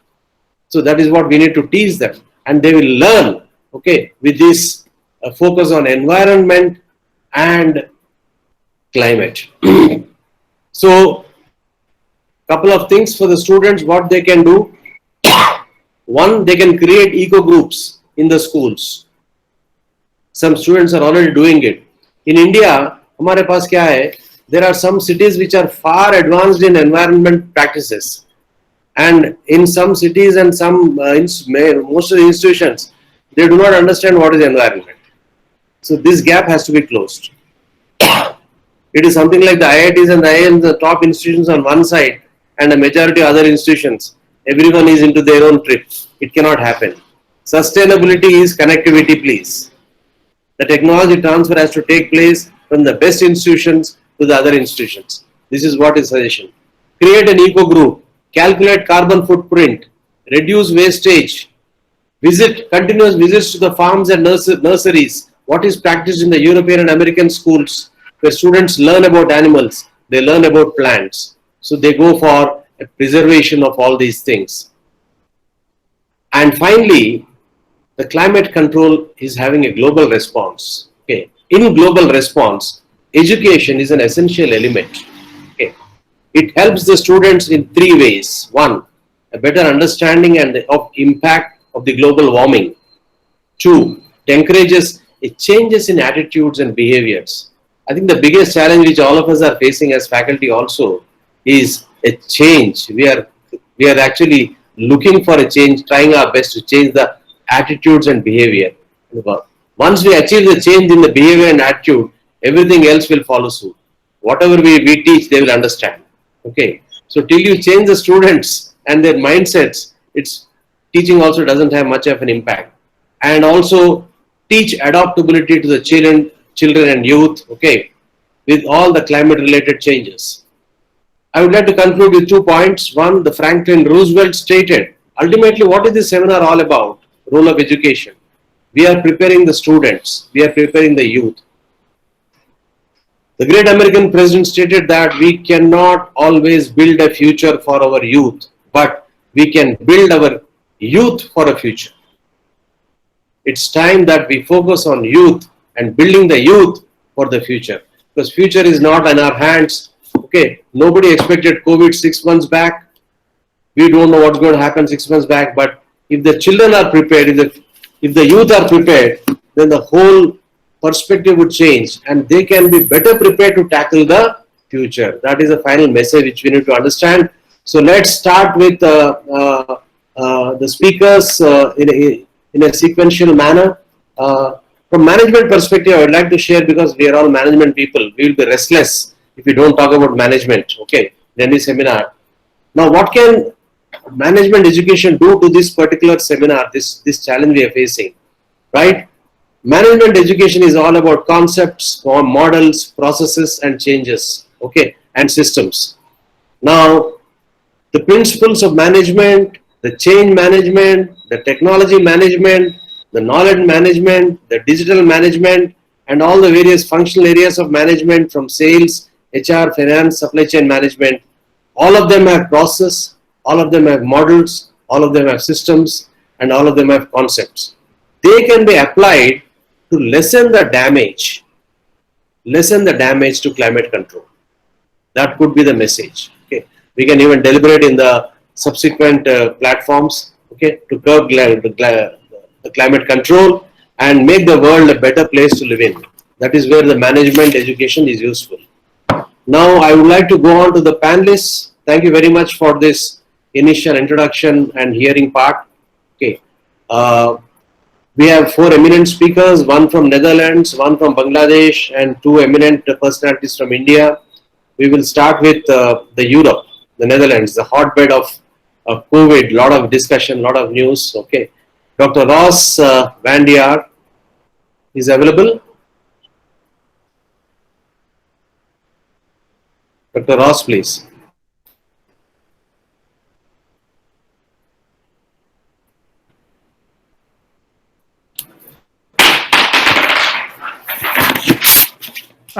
Sir, I think he is right now not available. So if he joins in between, always he is most welcome. But you also have Professor Dr. Muhammad Mehboob Ali sir, who is also one of the panel speakers, who is present. Thank you, sir.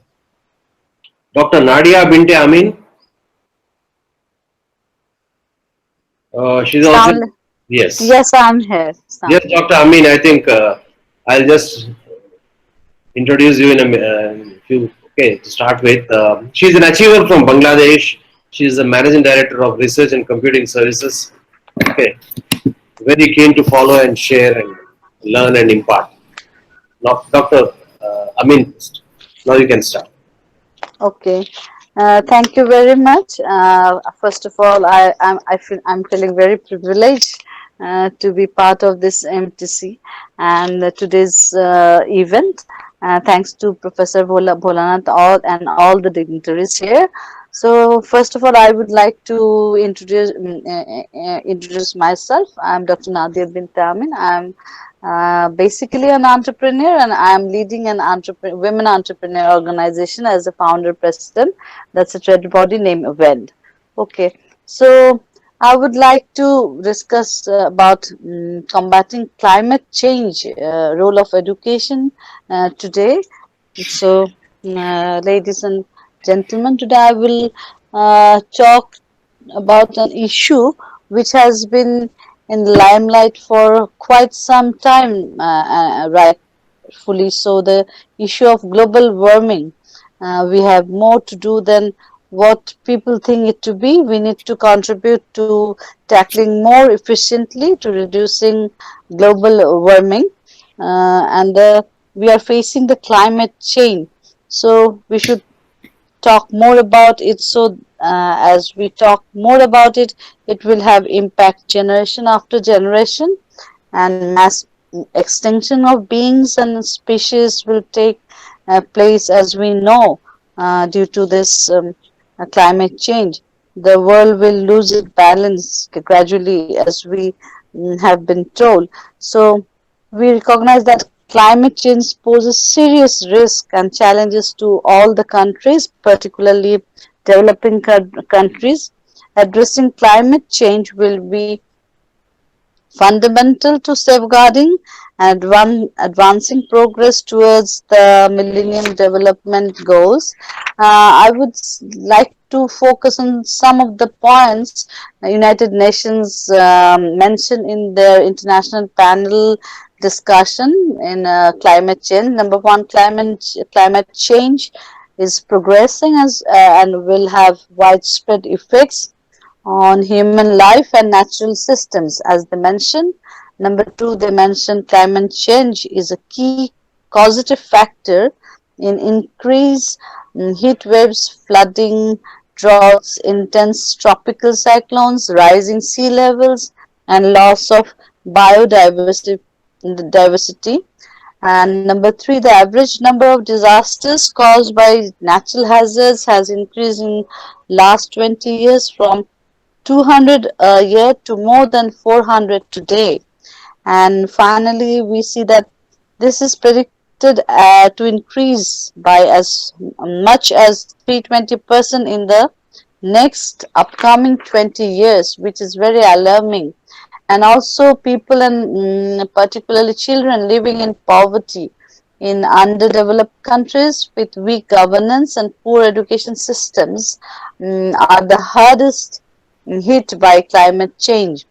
The effect of the physical consequences, more frequent extreme weather, melting glaciers, and shorter growing seasons adds to the existing pressures for that society, especially that under developing society. So, for example, we can mention, like, Tuvalu as an example, that there is an island Tuvalu which is going to be least visited country in the world.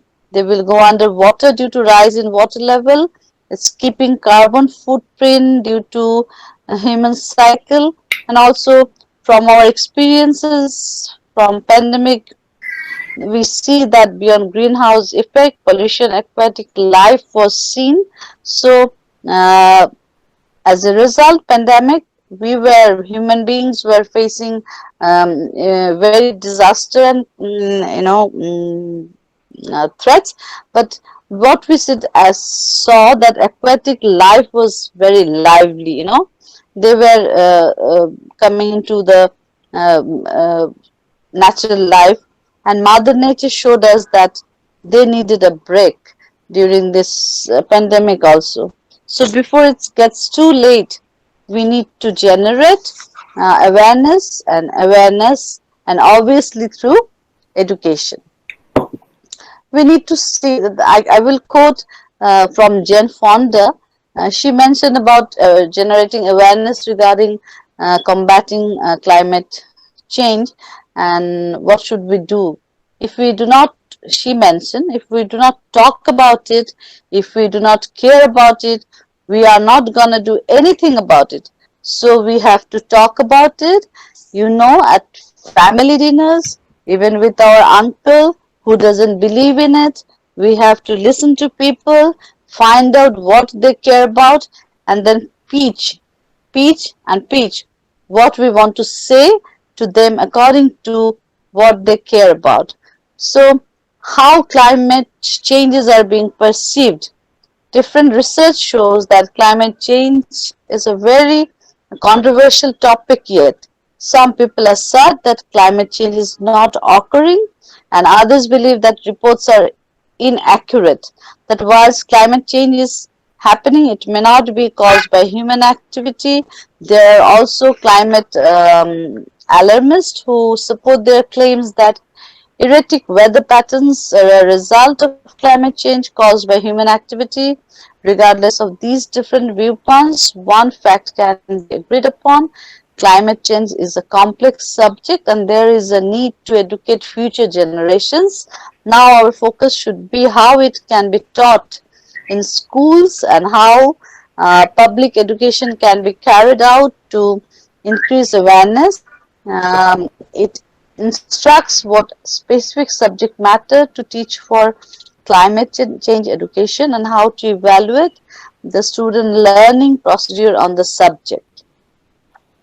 Chapters might include climate change education in the formal curriculum, teacher readiness for climate change education assessment for, and also the curriculum of lessons from public education, and also useful resources for anyone involved in educating students on climate change and also for those interested in climate change itself. Teachers' readiness for CC assessment for and of CC, lessons from CC for public education. Climate change education is an extremely useful resource for anyone involved in educating students on climate change and also for those interested in climate change itself. It focuses on how learners of climate change, climate science understand messages on climate change, the communicative context for education on climate change, the barriers that can be found to public engagement with climate change issues and how these barriers can be addressed, the content of CC, visualization, framing, audience segmentation. So it recommends that scholars of environmental education focus critical attention on how practice addresses senses and spheres of agencies, socio-cultural factor and complexities of developing scientific literacy, given the interpretative frames, prior understanding that are brought to bear by the public in non-formal education settings. However, the education sector offers a currently untapped opportunity to combat climate change. There is a clear education agenda in climate change adaptation and mitigation strategies which require learning new knowledge and skills and changing behaviors in order to reduce the vulnerabilities and manage the risk of climate change. Therefore, investing in quality education climate change is an essential tool in achieving the MDGs. This brief reviews the current policies and actions on climate change and the barriers to engaging the education sector in the discussions on climate change mitigation and adaptation. As at present, there is no coherent dialogue on how to expand the climate change agenda to include education as a tool in adaptation and mitigation strategies. However, leveraging education for climate change action is indeed possible through existing international agreements and relevant agendas. The brief presence framework for the existing communities of practice to mobilize around in order to promote education and sustainable development and also integrate disaster risk reduction, quality learning, and environmental and climate change education. Despite being threatened by climate change, the education sector offers an opportunity to combat climate change through contributing to efforts and enhancing the adaptive capacity of systems and learners, thereby reducing vulnerabilities and building societies. And what can be the recommendations? So from our recommendation side, that we know lastly that what should be education. We need to actually instill in our primary education level, secondary education level, graduation education level regarding this climate change issue.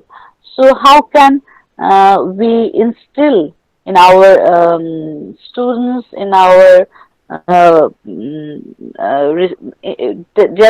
through generate awareness, what can be done? We can incorporate in our curriculum, we can give some of the example, like, in the practice we can have our chapters, a course, and also painting, animation, like, there are Meena cartoon system and fair. We can go through debate, workshops, seminars, sightseeing, then tree plantation, pollution, and we can educate them how to be minimalistic, how to do recycling, what are the green environment impact, how to do water treatment. Actually, what we see that, and also we are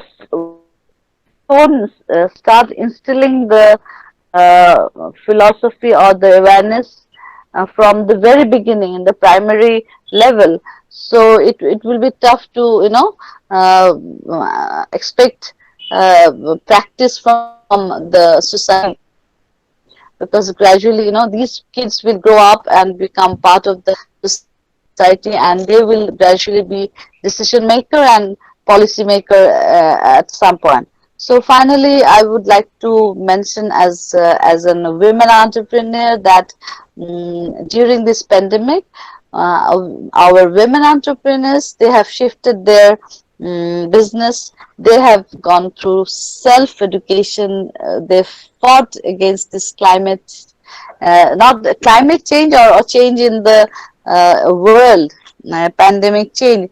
They have shifted their business from regular products to organic products, like herbal products. They have shifted their digital marketing, selling through digital marketing selling platform. They have started selling recycling products. They have started selling product with organic fruit. So they have focused on the issues that are concerned to not to harm the climate. So so to make our world a safe place for the next generation, we need to incorporate in our curriculum this climate change issues very vastly. So that would be our last suggestion. We need to instill in our children, and for when they grow up, they'll be more cautious to deal with this situation. So, and that's how I feel that we need to combat, actually. So Thank you, Dr. Amin. Absolutely wonderful. Thank you. You have covered so many aspects of climate control and global warming. You have presented a research paper in 10 minutes. Okay. It's a phenomenal achievement, I would say. Wonderful. Thank you. Yeah, excellent. We move on now. Dr. Mehboob Ali, a regular speaker in our forums. Okay. He is here now, a well-known personality. Now he is from Dhaka School of Economics. He is basically a management expert, ICT expert, and an education expert from Bangladesh. Please, Dr. Mehboob Ali. Thank you, sir.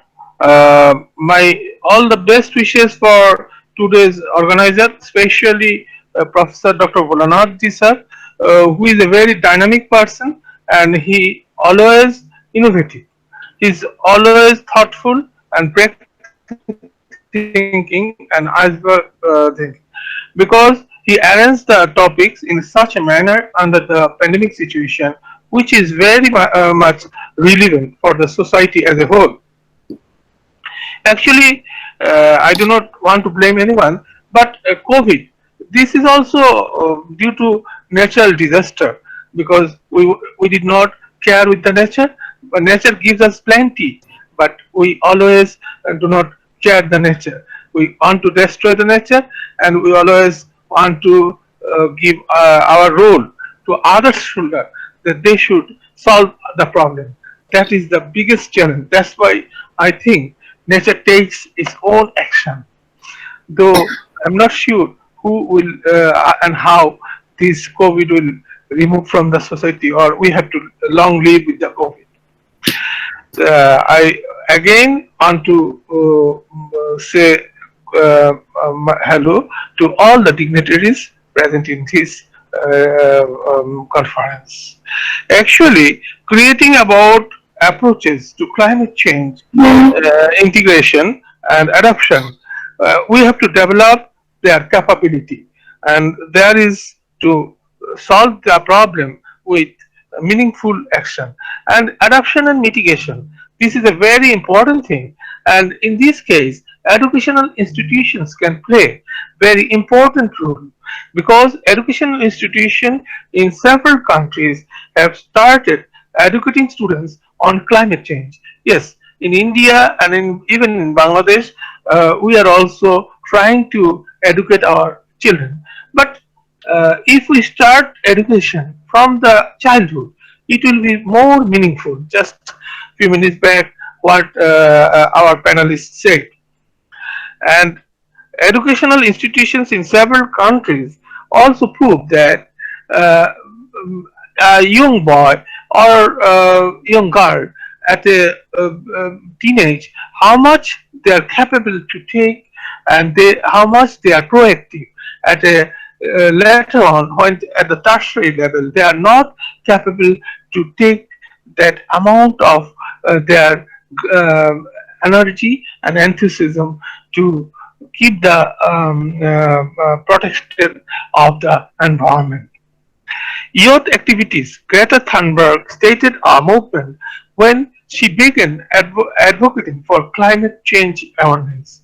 Educational institutes can play role about climate change is not solely to spur them on to take action and do their part for their environment. Actually, if we go for environmental scanning, what we'll see, what are the inputs, and through environmental scanning we have to always take action for perceived environmental change, and there must be strategic stain adoption capability and international and arena and international cooperation is very much needed for strategic scanning and internal and our external factors. And we know that whether students are informed at their childhood when they are kid and ready to integration, because globe is one planet where we are now trying to make globalized world and tackle consumerism, because excessive consumerism makes us greedy in the society, make transportation as a priority. World leaders must work integrated manner to save the planet. We need to result based on target. Otherwise, it will be just telling we are trying, trying, and trying. But at the end of the day, what we are seeing greedy people are grabbing the society as a whole. Super goal should be made to take care of the nature, carbon footprint, and greenhouse gas emission. Greenhouse gas emission should be reduced. Green production, green consumerism should be increased. Actually, it is a timely change which the society as a whole and the globe as a whole needed. Education is to cope with environmental change, and the syllabus should be from the childhood. Need for transformation on the educational system. Integration into formal and informal education everywhere. We should use our media, it may be social media or print media or electronic media, for educating people not to destroy the environment. And role of the teachers. This is very important because teachers should care about the environment and prosperity. Integration into school infrastructure, that is also very important. And technological tool for education. This is also important because if we think about 50 years back, what are the technology and what are the technology now we are using? These are all changing with due time. And education and policy at all level, education and policy should be well informed and well transparent, and good governance should be there. Not only carbon footprint, but also climate change lead to flooding.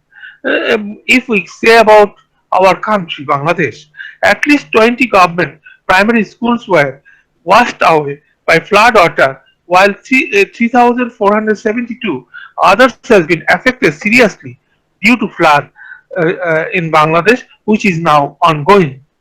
Around 1 million students would facing learning losses due to damage of schools, which outreach learning was difficult from students as they were unable to access the remote learning platform during the closure of the educational institutes during the outreach. Dropout rate in the primary education for COVID-19 and again for this flood uh, actually created a problem, and we must take definitely care of the nature because nature gives us a lot. A shift is necessary from response made to an adoption and mitigation made. Bangladesh climate change strategy and action plan should be cooked with international benchmarking. Environmental change actually change the scanning of environmental freedom to learn from the nature. We need to go back.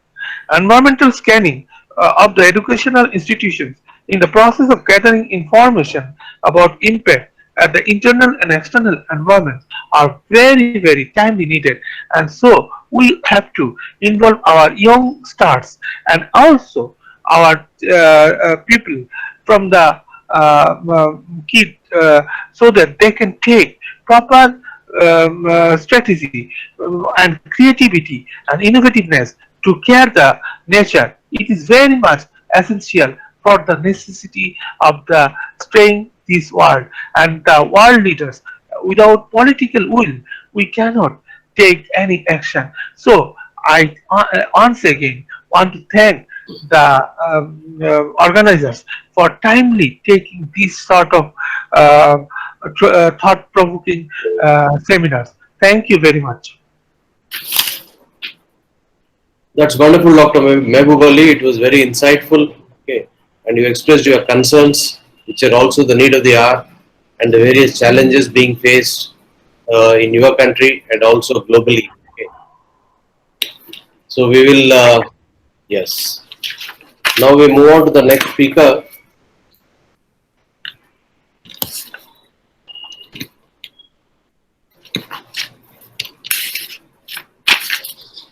Dr. Dhananjay Parke is there, please.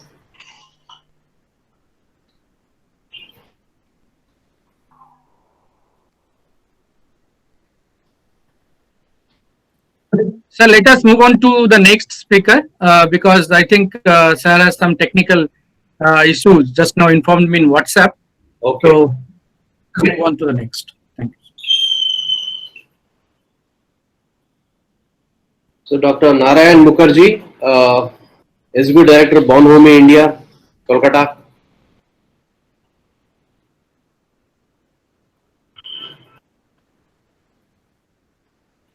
When I say Kolkata, then the expression of Bangladesh professors changes immediately. Not there? No, Dr. Arunabha was there since morning. Dr. Arunabha Mukherjee.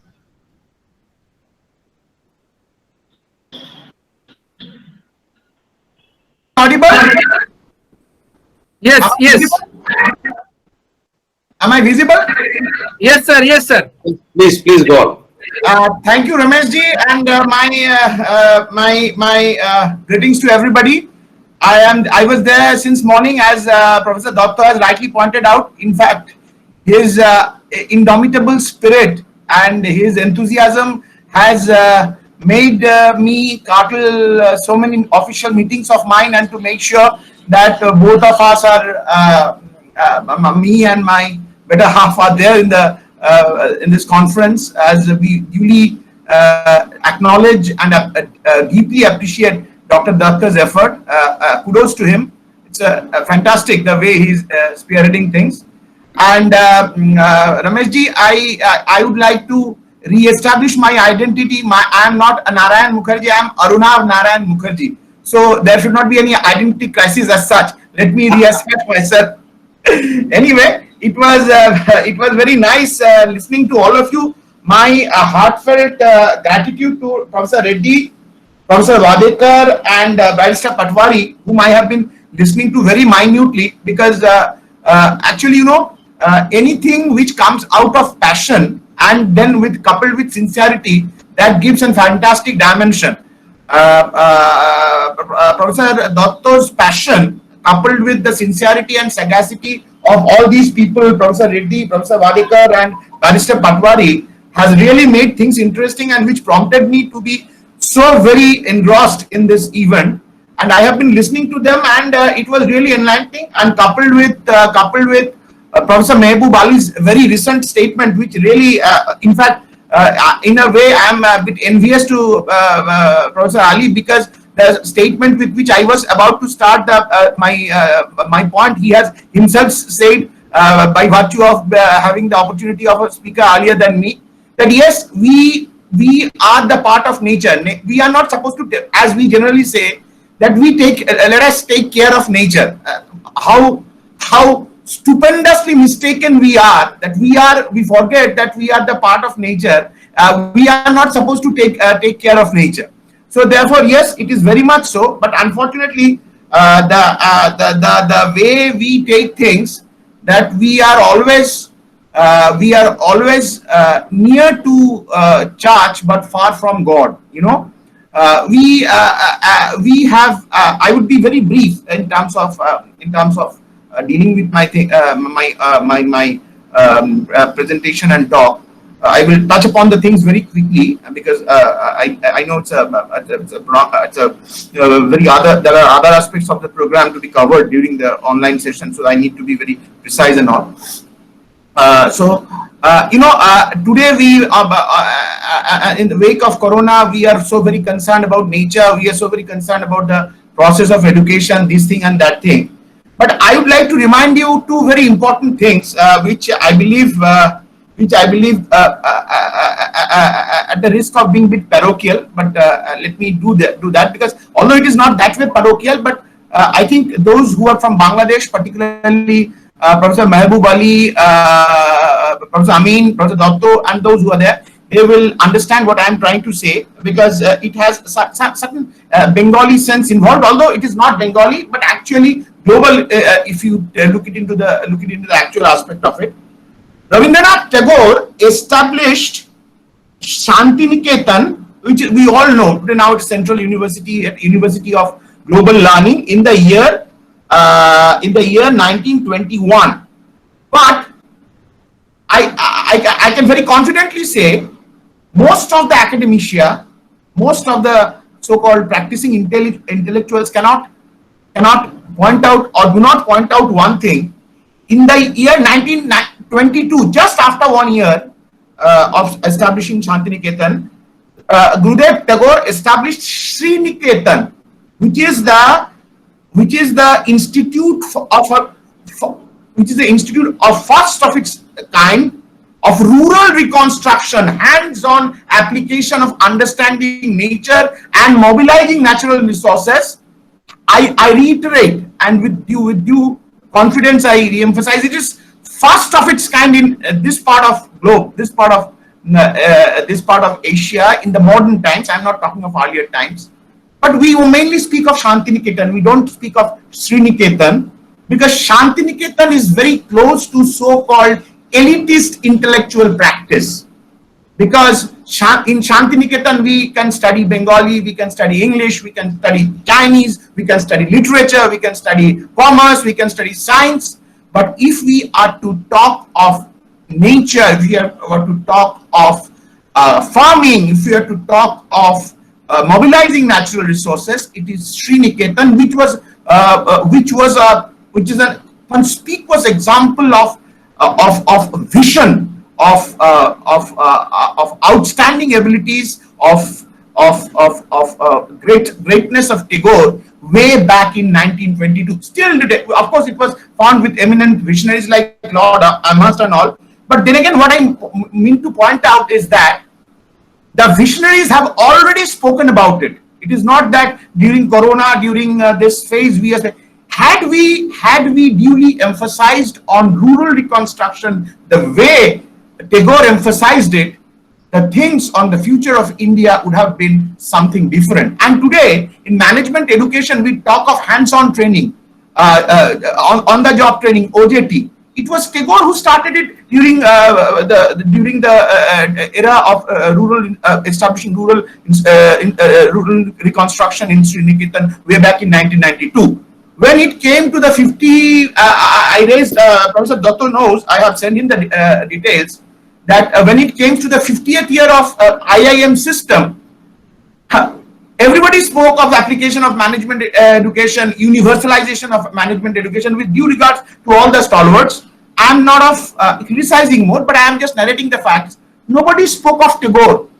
Even today, IIM Ahmedabad is a pioneer in terms of rural management. Anand is a pioneer in terms of rural management and other things. But nobody spoke of Tagore, who initiated the process of rural management going close to nature. Not a single mention of Tagore, not for a single time in any event or any program in when there was a countrywide celebration of IIM system, the managementization of life, the way we were making management, because IIM is considered to be, if I go back to Ravi Mathai and all, that it is the incorporation of management in all the spheres of life. So, but we didn't mention Tagore. So we are very close to church, but far from God. At the same point of time, I am really thankful to where I was really getting. Honestly, when I was listening to Professor Reddy, I was feeling myself so very lucky to have attended the session and to because when the stalwart speaks, what you feel, you get reinforced. I feel if you want to, if you ask me what is the nature of Indian management education, I have in one of my papers in IIM Kozhikode, which has been published by thankfully Dr. Devashish Chatterjee, being a visionary, he could publish. Otherwise, I am very afraid no IIM system or so-called ABCD system would have published it. But thankfully, Dr. Devashish Chatterjee, who happens to be the present director of IIM and IIM Kozhikode, earlier also he had a stint, he published it. I put it in this way, that Indian management education, or for that matter, Indian education, is equal to American model minus originality and innovation in application plus bureaucratic procedures plus elitist orientation. I repeat, Indian management education, or for that matter, Indian education system, is equal to American model minus originality and innovation in application plus bureaucratic procedures plus elitist orientation. We have made a management system purely to cater to the need of a top of the pyramid who does not have day-to-day contact with the bare realities of bottom of the population. We are extremely elitist. We are extremely pseudo-intellectual by practice. Management till date in a way we could not make management as a quality practice like Japan or other Asian countries, where management in true sense of the term has become a movement in terms of maintaining quality, in terms of maintaining the efficiency of productivity. Now, unfortunately, what I feel like, I must say that, from Indian B schools, or for that matter,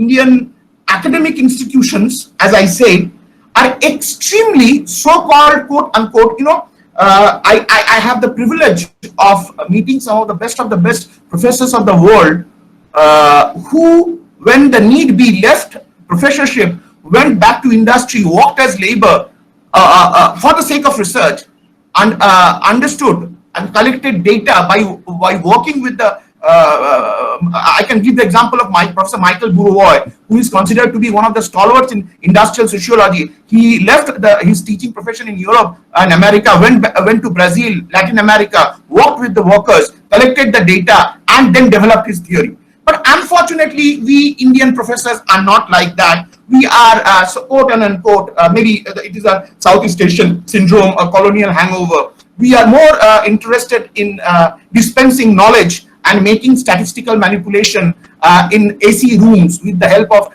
sophisticated softwares, and then to come out with some wonderful conclusions and wonderful theories, and saying that we have come out with this concept, we can come out with this model which can be statistically proven. Whether this statistics has got something to do with the actual day-to-day problem with the 80% of population or not, that is not a concern for us, because we are there only to prove our mettle, we only to prove our academic caliber, which has got nothing to do with the reality, the ground reality of day-to-day life. And that is completely evident in today's context, when we see that we, the service sector people, are surviving, and Corona has affected the people, barefooted managers, the barefooted leaders who are working on the ground. This is a system that we have developed, that it is an extremely elitist one, and we are here only to manipulate with certain data, with certain statistical configurations, with certain I would rather say very sophisticated way of dealing things, not being grounded, and I had the privilege of meeting best of the best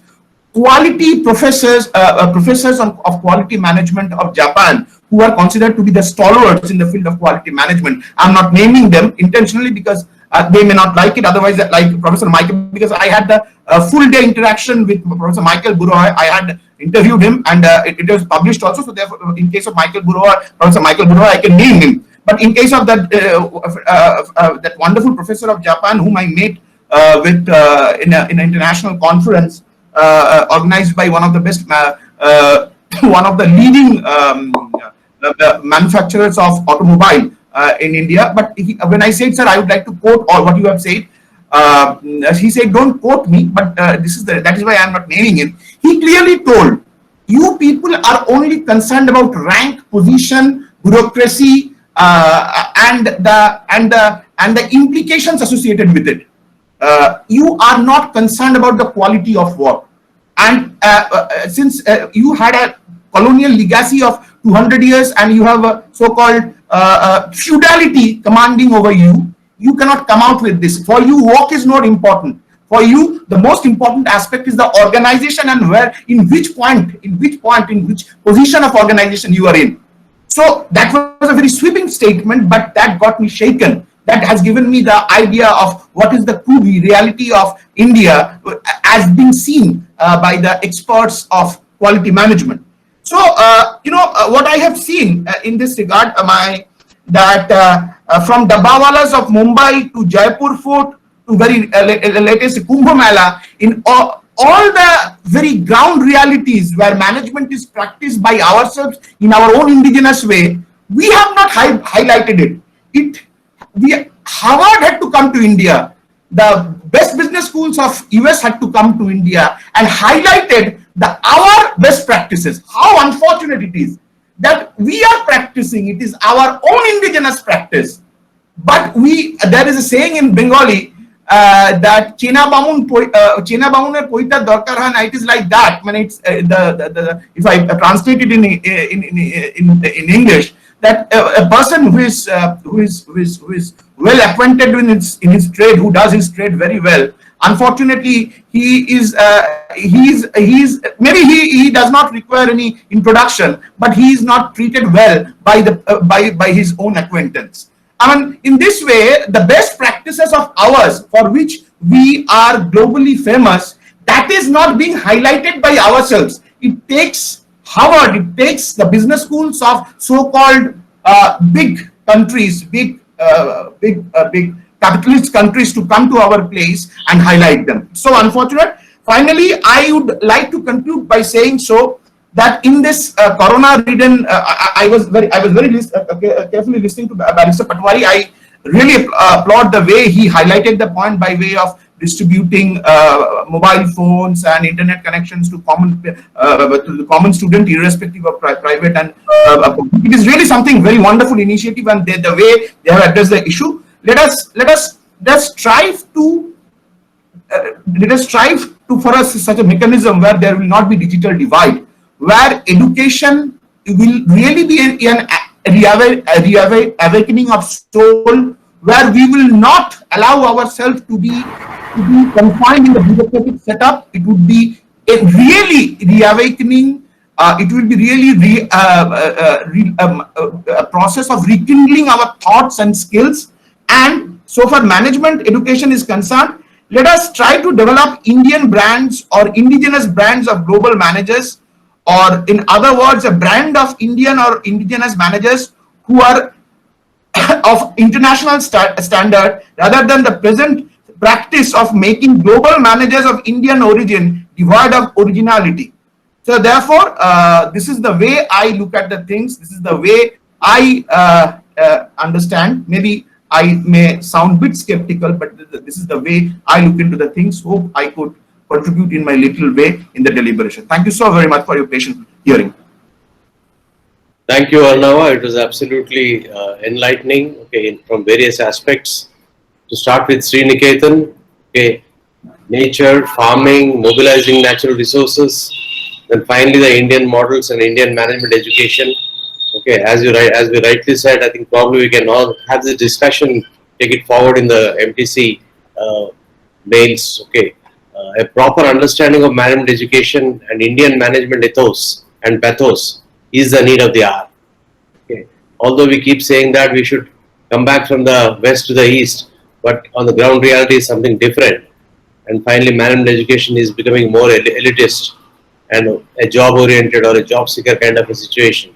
We need to go much beyond that, and even the allied institutions in management in India are also not really helping much in that direction. So it's time we can take it forward and do whatever best we can. Okay, as the great American President Roosevelt said, do what you can with what you have where you are, right? That's the ultimate objective. Thank you very much, all the speakers. I think we can, absolutely comprehensive. Everyone got the best of it from all angles. Now I think time for me to hand over to Professor Bolanath, and we take it forward and we keep going into the MTC Global, okay, on and on, okay, energetic. And one thing is, all of us are not aging in MTC Global. So one thing you should also advertise is that if you join MTC Global, you stop aging because you do so much of learning. Okay, so mentally you're always fit and active. Thank you very much.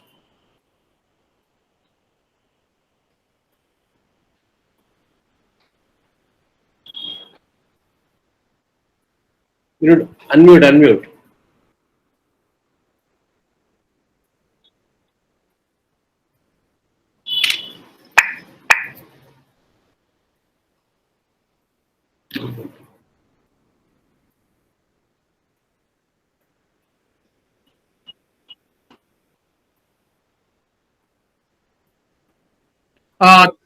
Thank you so much, sir, for chairing the panel session.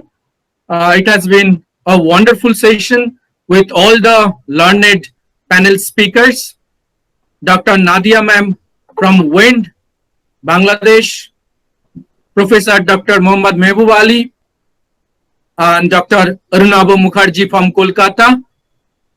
We did not have Dr. Rose Wadia from New Zealand. We also had some technical issues with Professor Dhananjay Farke sir. But however, the session was very enriched and it was very well conducted. Thank you so much for all of your gracious presence in this August gathering. And I appreciate the fact that all the resource persons and the delegates from different countries for their patience and being here and supporting in smooth conduction of the program. It has been indeed a wonderful experience on digital platform. Let's move forward. Let us move to the valedictory session.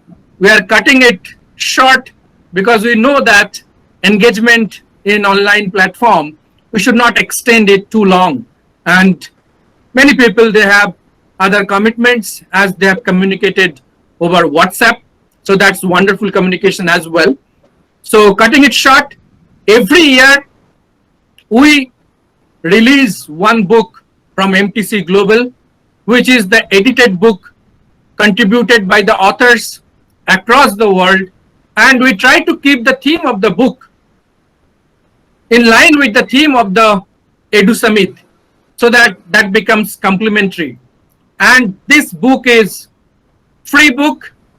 We have created a PDF version which will be shared to all of you, which will be also uploaded in different platforms like SlideShare and whatever other possible ways, so that maximum people can get access and get benefit out of it. So this year, the book, also named as Combating Climate Change, Roll-Up Education, I have the CD. So in fact, generally the resource persons in the inaugural program release the book, but in this case, I take the privilege on their behalf to release the CD of the book officially, so that we can release the book. And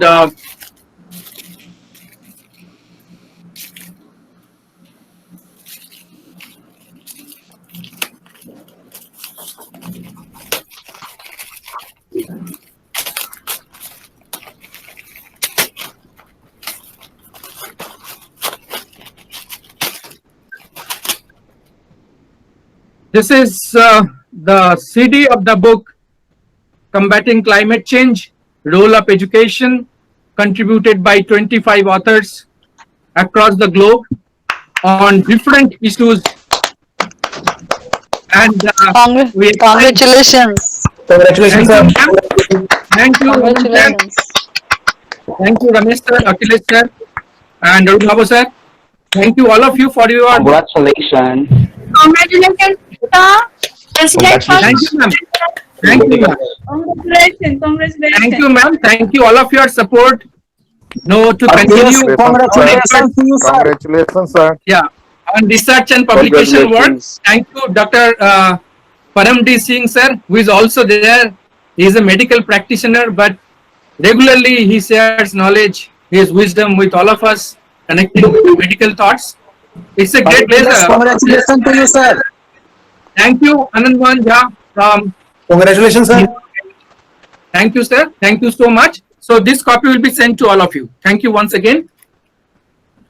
We also have another book which is written jointly by Dr. Rekha Saraswat and Dr.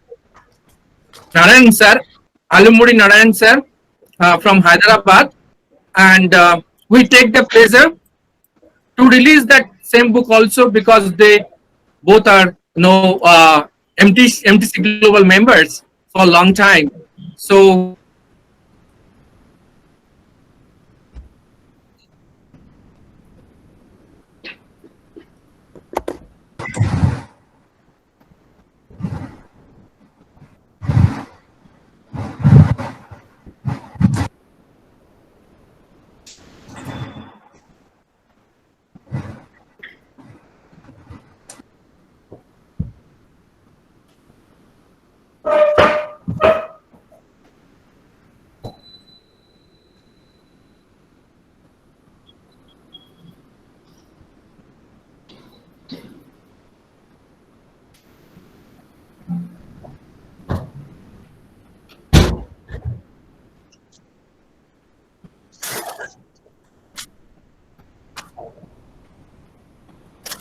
Is there any problem going on?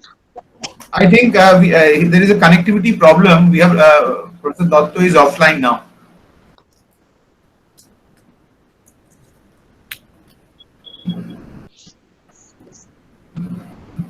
Let us wait for him. Yeah. Let us wait for it. Yeah, Wait for him. let us wait for him, sir. Yeah, because I think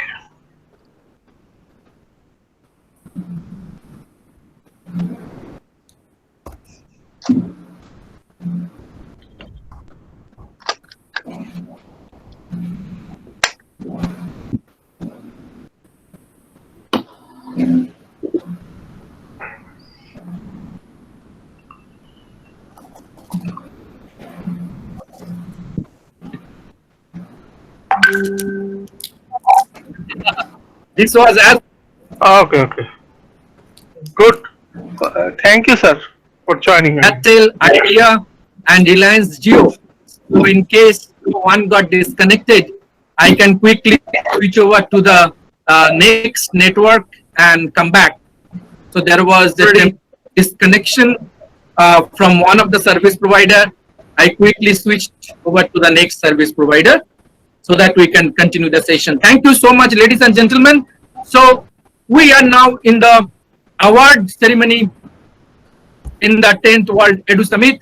Every year, we recognize academicians and executives from the corporate and other walks of life for their contributions and impact they have made on their respective disciplines.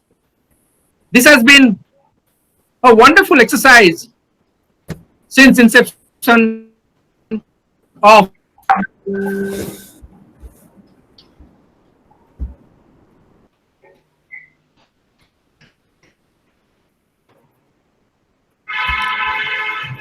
I think again the connection is gone. Oh, no problem. We can wait for him. We shall wait. We shall wait. Yeah.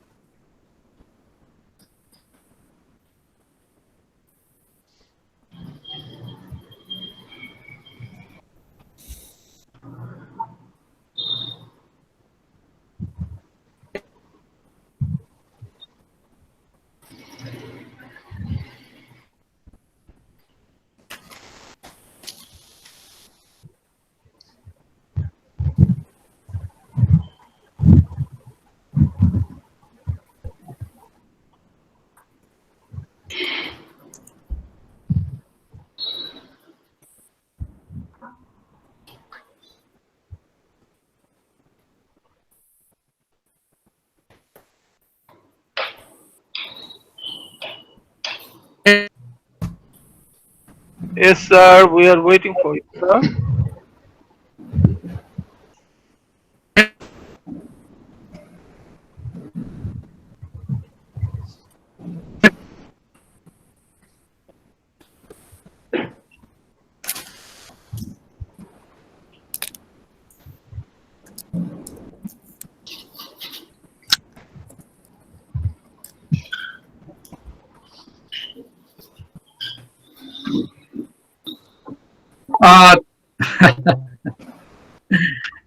Thank you so much for your patience.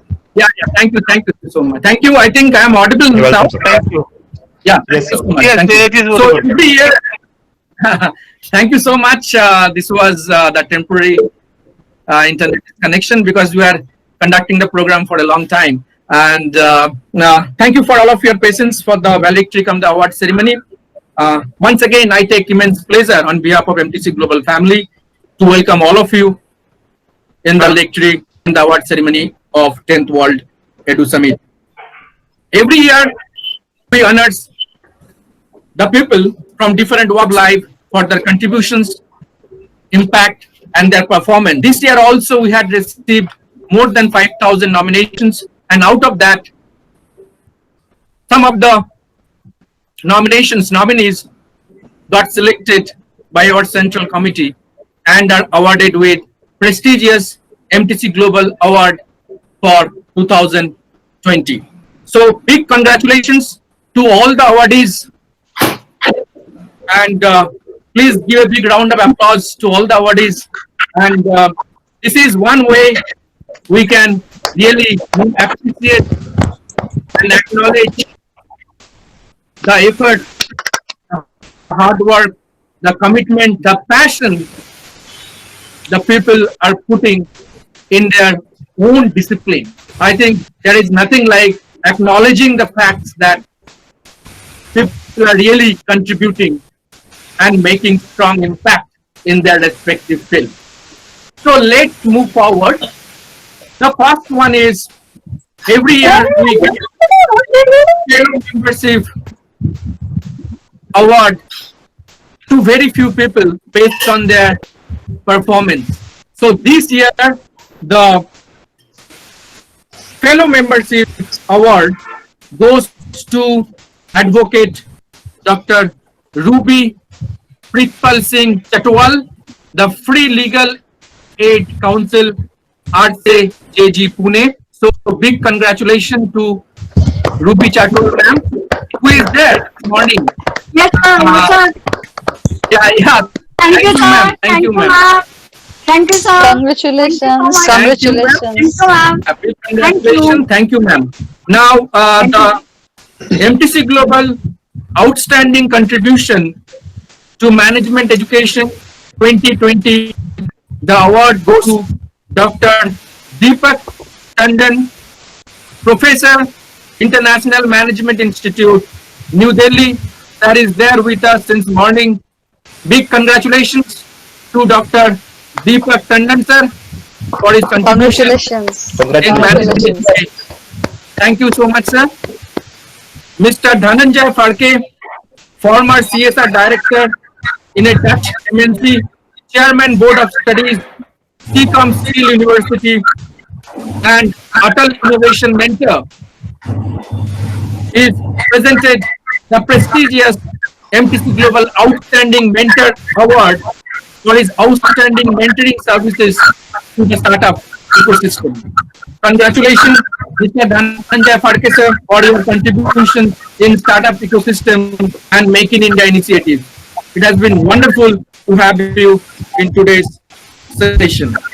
Next, we have a very senior professor, very senior professor emeritus, Professor Janardhan Jha, retired professor, Government of Bihar, presently mentor, Pristine Steel Power Private Limited, Kolkata, MTC Global Outstanding Contribution in Education 2020 Award conferred upon Professor Janardhan Jha. He was there since morning. He is 84 years old, but still he is there with us since morning till now. Congratulations and thank you very much. Congratulations. Yeah, Congratulations. we need that blessing to continue our activities. Thank you, sir.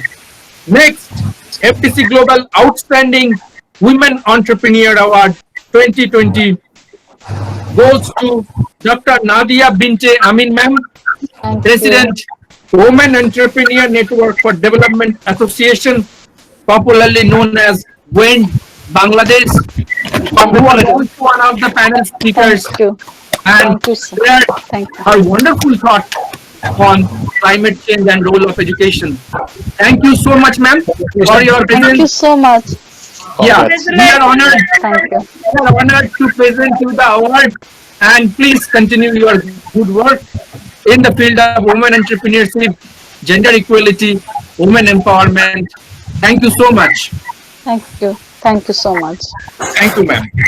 The next MTC Global Outstanding Researcher Award conferred upon Dr. A.N.R. Arabudan, Associate Professor, Mahindra Institute of Technology, Mahendrapuri, Namakkal District, Tamil Nadu. Thank you so much, sir, and we wish you all the very best. MTC Global Outstanding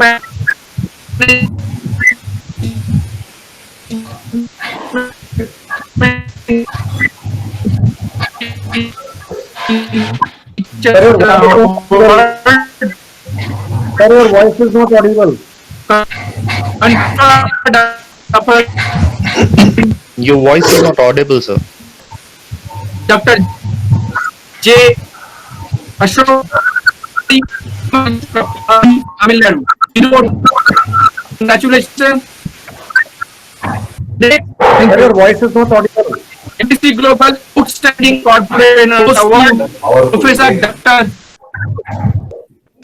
Honorable Narayan Mukherjee, Honorable India, who is an outstanding corporate trainer, introducing his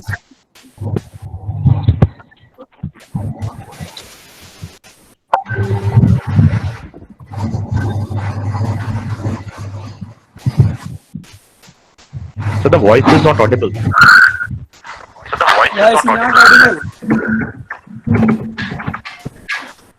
Sir, voice is not audible.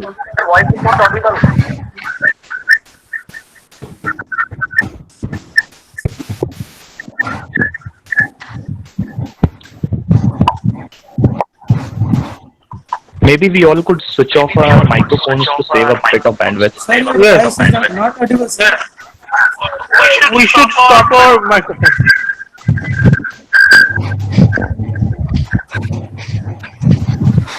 Is it disconnected or not?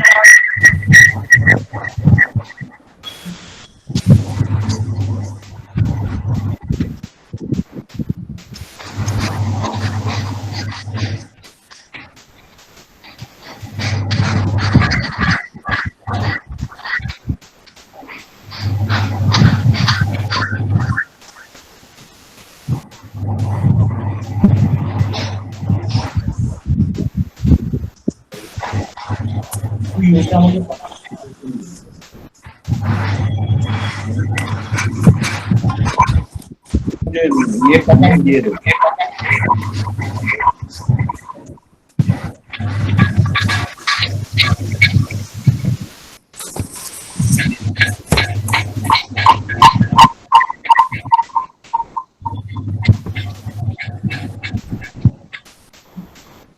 आप किससे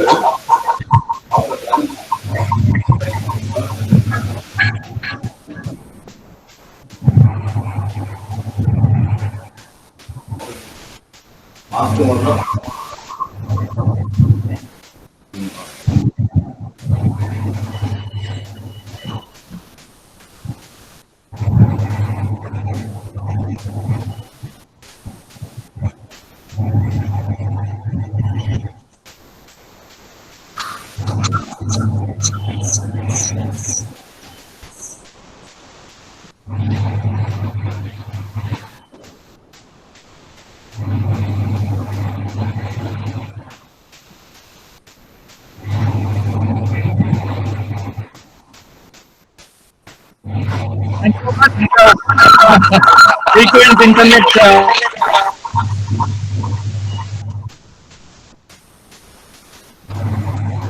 patients. I think I'm audible now. Yes, sir, you are audible, sir. Yeah, thank you. Now you are audible. Thank Let you. us all stop our microphone except for the Thank you so much. The next MTC Global Outstanding Management Teacher Award goes to Dr. J. Ashok, Director, School of Management Studies, Banadi Amal Institute of Technology, Erode, Tamil Nadu. A big congratulations to Dr. J. Ashok. MTC Global Outstanding Management Teacher Award goes to Dr. Dev Pratik Purkasta, Professor and Dean, the ICFI Business School, Hyderabad. Congratulations to you, sir. As We I can was all please mentioning, let me mute repeat our once mic so that we again. can save. It's not audible. MTC Global Outstanding Corporate Trainer Award 2020 Professor Dr. Arunabha Mukherjee, the Executive Director, Bonhomie India, Training and Consulting. MTC Global Outstanding Principal Award 2020 conferred upon Professor Dr. Pana Mukherjee, the Principal, Sambaja Law College, Kolkata. Thank you so much, ma'am, for your presence morning. Sir. MTC Global Outstanding Librarian Award 2020 is conferred upon Dr. Puspanjali Sriram Patil, Librarian, prestigious Surya Datta Group of Institute, Pune. Congratulations, ma'am, and thank you for your presence since morning. MTC Global Inspiring Teacher Award 2020 goes to Dr. Vikram Parekh, Associate Professor, Marketing and Strategy, SIES College of Management Studies. Thank you, sir. Thank you so very much. It's a request to please MTC mute your Global mics. Outstanding Researcher Award 2020 goes to Dr. Mangesh Nakade, Postdoctoral Research Fellow in SZIE Odolo, Hungary. Big congratulations to Dr. Mangesh. MTC Global Outstanding Research Award 2020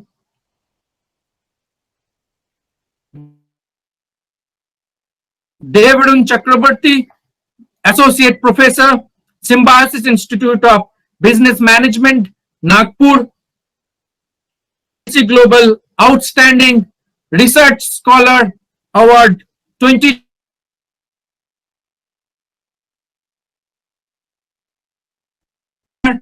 Babasaheb Bhimrao Ambedkar University, a central university in Lucknow. Big congratulations. MTC Global Inspiring Teacher Award goes to Dr. Department of Chemistry, MLT College, BNN Mundal University, Madhepura, Bihar. Big congratulations, Dr. Anand. Dr. Anand Nayyar, lecturer, researcher, and scientist in graduate school, Duitan University, Vietnam, is conferred upon MTC Global Outstanding Teacher of Indian Origin working in foreign university. A big congratulations to Dr. Anand Nayyar. Am I audible, please? Yes, sir. Now you are audible. Yes, sir, you are audible. I am audible. Yes, sir, absolutely audible. All Yes, sir, you are audible and visible yeah, too. thank you, thank you. Okay, thank you, ma'am. Sometimes what happens because of internet connection, no, it is worried whether I am online or offline. No, you're on. Thank you you're so on. much. Yes, sir, you are Yeah. And, perfectly online and we can hear and see you both. Thank you, ma'am. Thank you, Kana ma'am. And next, MTC Global Dhruva College of Management, Hyderabad Outstanding Management Student Award 2020 is conferred upon Mr. Sahil Kaul, MBA student 2018-20. Thank you, the sir. Business School, University of Jammu. And Mr. Sahil is there throughout the program since Thank you, the sir. inaugural program till now. Thank you, Sahil. You are an Thank you, sir. inspiring and future leader. Already you are a leader. You are doing a lot of consulting, coaching and mentoring activities. I have seen your work in LinkedIn. Okay, wonderful. Thank you, sir. Thank you. Now there are some Distinguished Teacher Award. Distinguished Teacher Award Management 2020 is conferred upon Dr. Priya Makhija, Associate Professor, CMS, Jain University, Bangalore. MTC Global Distinguished Teacher Award Management 2020, Dr. Nala Bala Kalyan, Associate Professor, R&D Coordinator, Sri Venkateshwara College of Engineering. Bolanaji shall be applauded Yes. for them individually.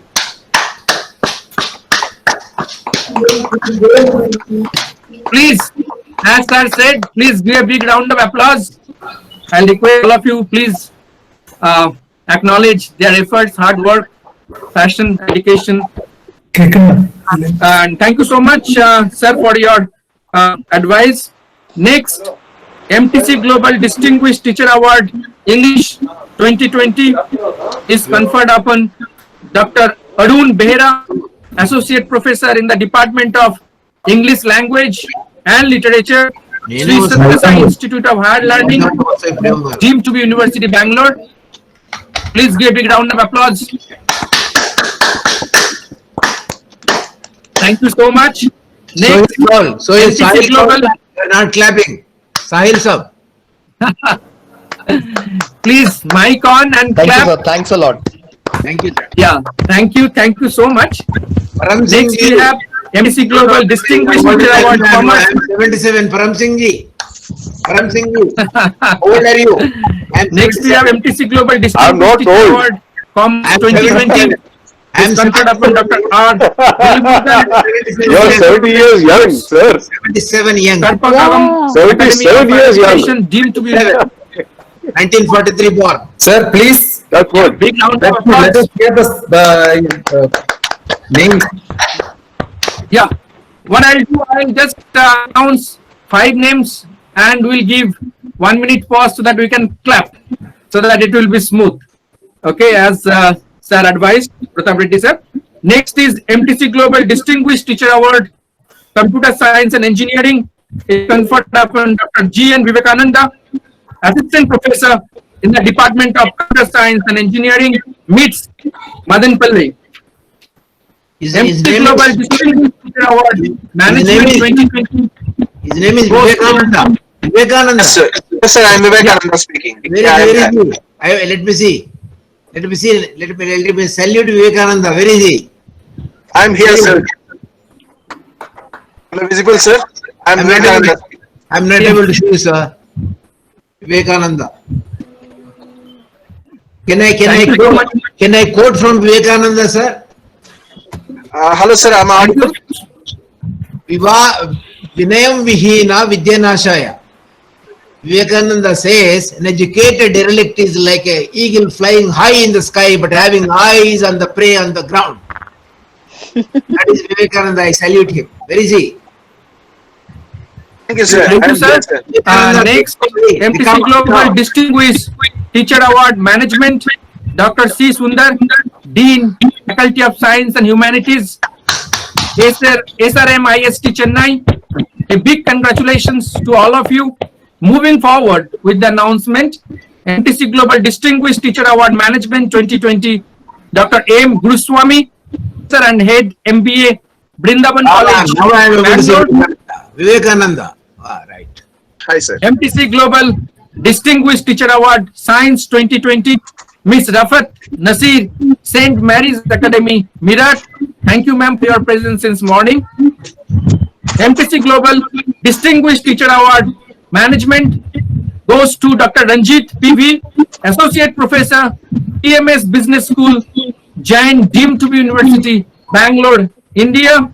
Thank you, Big sir. congratulations Thank you, to sir. all of you. Please now give a big round of applause for all awardees since now I made the announcement. Thank you.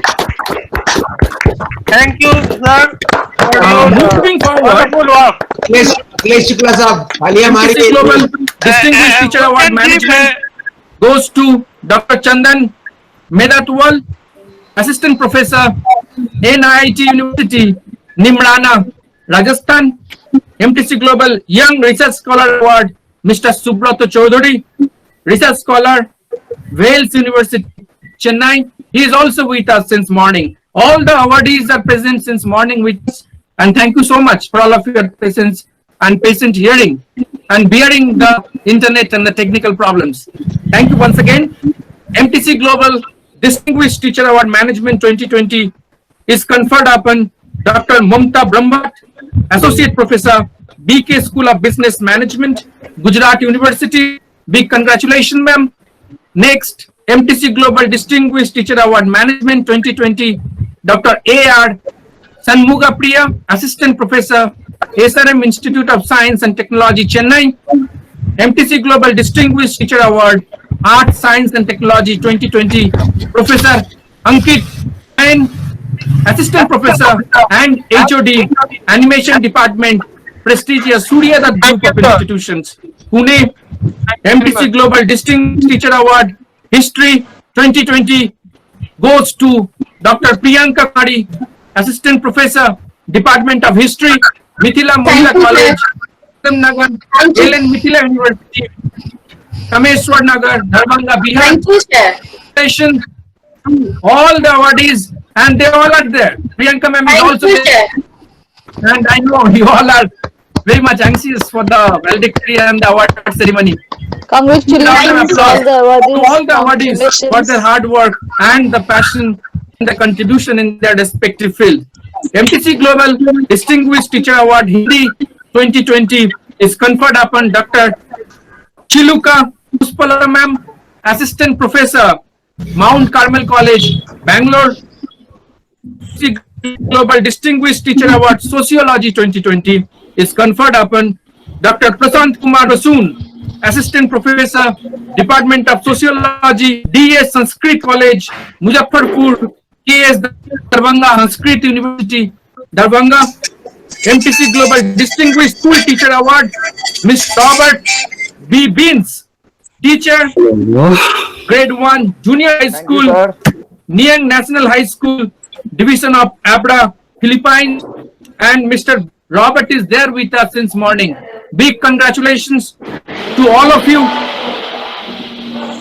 MTC Global Distinguished Researcher and Teacher Award is conferred on Dr. A. Narasimha Venkatesh, Associate Professor, Department of Human Resource Management, RV Institute of Management, Bangalore.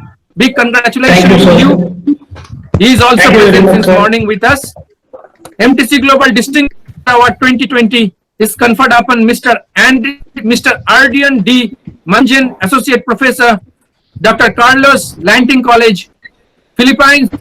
Thank you so much for your presence. MTC Global Distinguished Teacher Award Management 2020 is conferred upon Dr. Mohammad Javed Kulbargi, Professor HOD, Ballari Institute of Technology and Management, Ballari.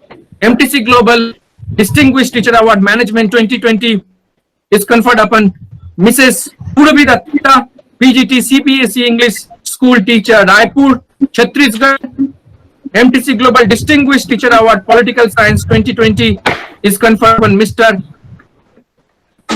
conferred upon to Dr. Mohammad Zoha Siddiqui, Assistant Professor, Department of Political Science, Millet College, a constituent unit of ALN Mithila University, Darbhanga, Bihar. Big congratulations, Dr. Zoha. MTC Global Distinguished Teacher Award English 2020, Dr. Anand Kunwar, Assistant Professor, Department of English, DB College, Jayanagar, Madhubani, a constituent unit of ALN Mithila University, Darbhanga, Bihar. Now we have, give a round of applause for the academic awards. We have 3 corporate awards after this. Thank you so much. Now, Congratulations, sir. here the corporate award goes. MTC Global Outstanding Entrepreneur Award 2020 goes to Dr. Rose Vandia, founder, Royal Dutch Advisory, co-founder at Institute for the Advancement of Business Research and Innovation, Professor of Accounting in University of Amsterdam, the Netherlands. He is not present today online, so we are missing him. Next, MTC Global Outstanding Corporate Award Healthcare 2020. It goes to Mr. D.S. Chakravarti, CEO, Prasant Hospital, Andhra Pradesh. And finally, MTC Global Outstanding Corporate Award Project Planning and Construction 2020 is conferred upon Dr. Alnudi V.V. Prasada Raju, Vice President, Projects Planning and Coordination, HES Infra Private Limited, Hyderabad.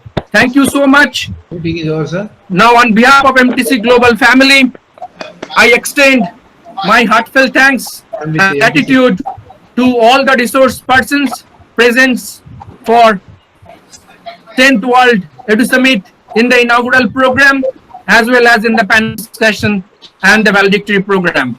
Thanks all the delegates for your patience and Just a minute, sir. for your presence Just a minute, sir. Sir, throughout the we program want to all. since morning 10:30 till now. It shows your involvement, your support. Pulana sir, there is one thing. Let us give big hand clap for nice conference. For you. Big after sir. Yes, that's a for conducting such an excellent event. Bholannath sir, thank you so much. Bholannath sir, thank you so much, sir, for conferring the award. Yes, sir. Thank you once again. I want to extend my heartfelt thanks to all the participants from Philippines, Netherlands, Bangladesh, and across length and breadth of India. It has been a wonderful session, and this complete session is recorded. This will be uploaded in YouTube so that you can always go back and look at it. Second, all the awardees will get their plaque and the award certificate by 3rd October. So please have patience.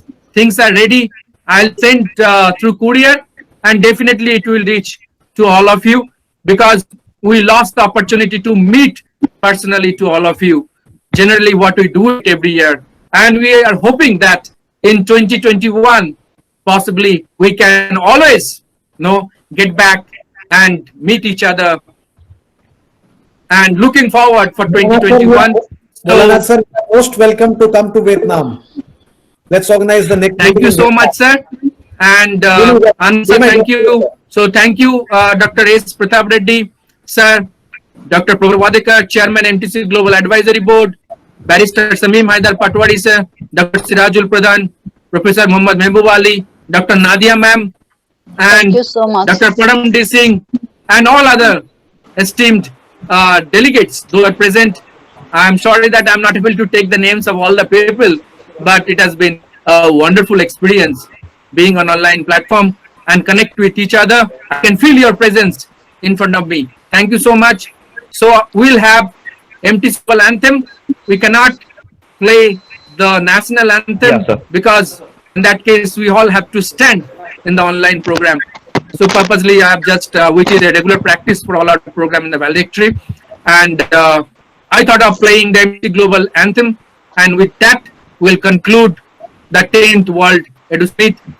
Please be with us, support us, involve with us, take the leadership and take forward the MTC Global activities. Now let me present the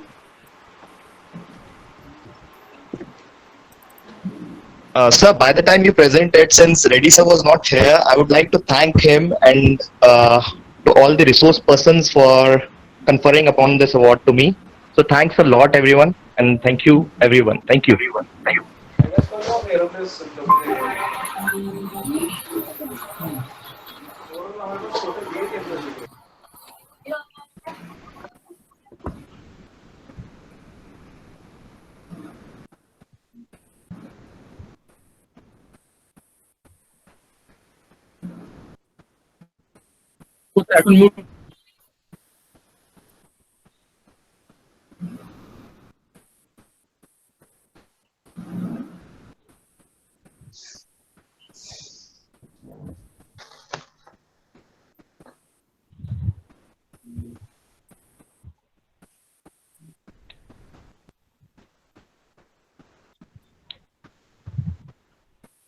আবার কি চলে গেছে?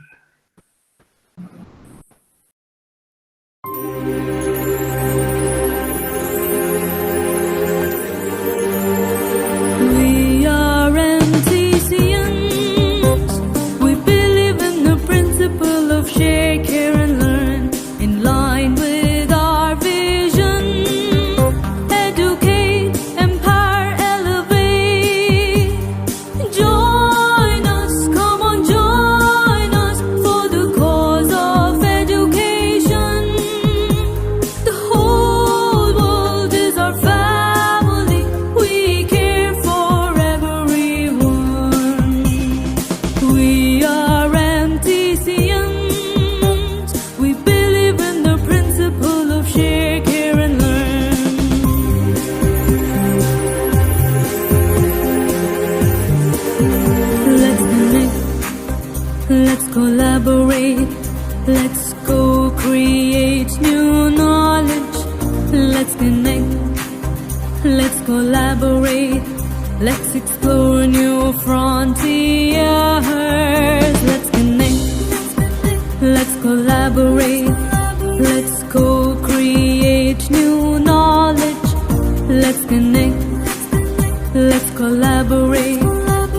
explore new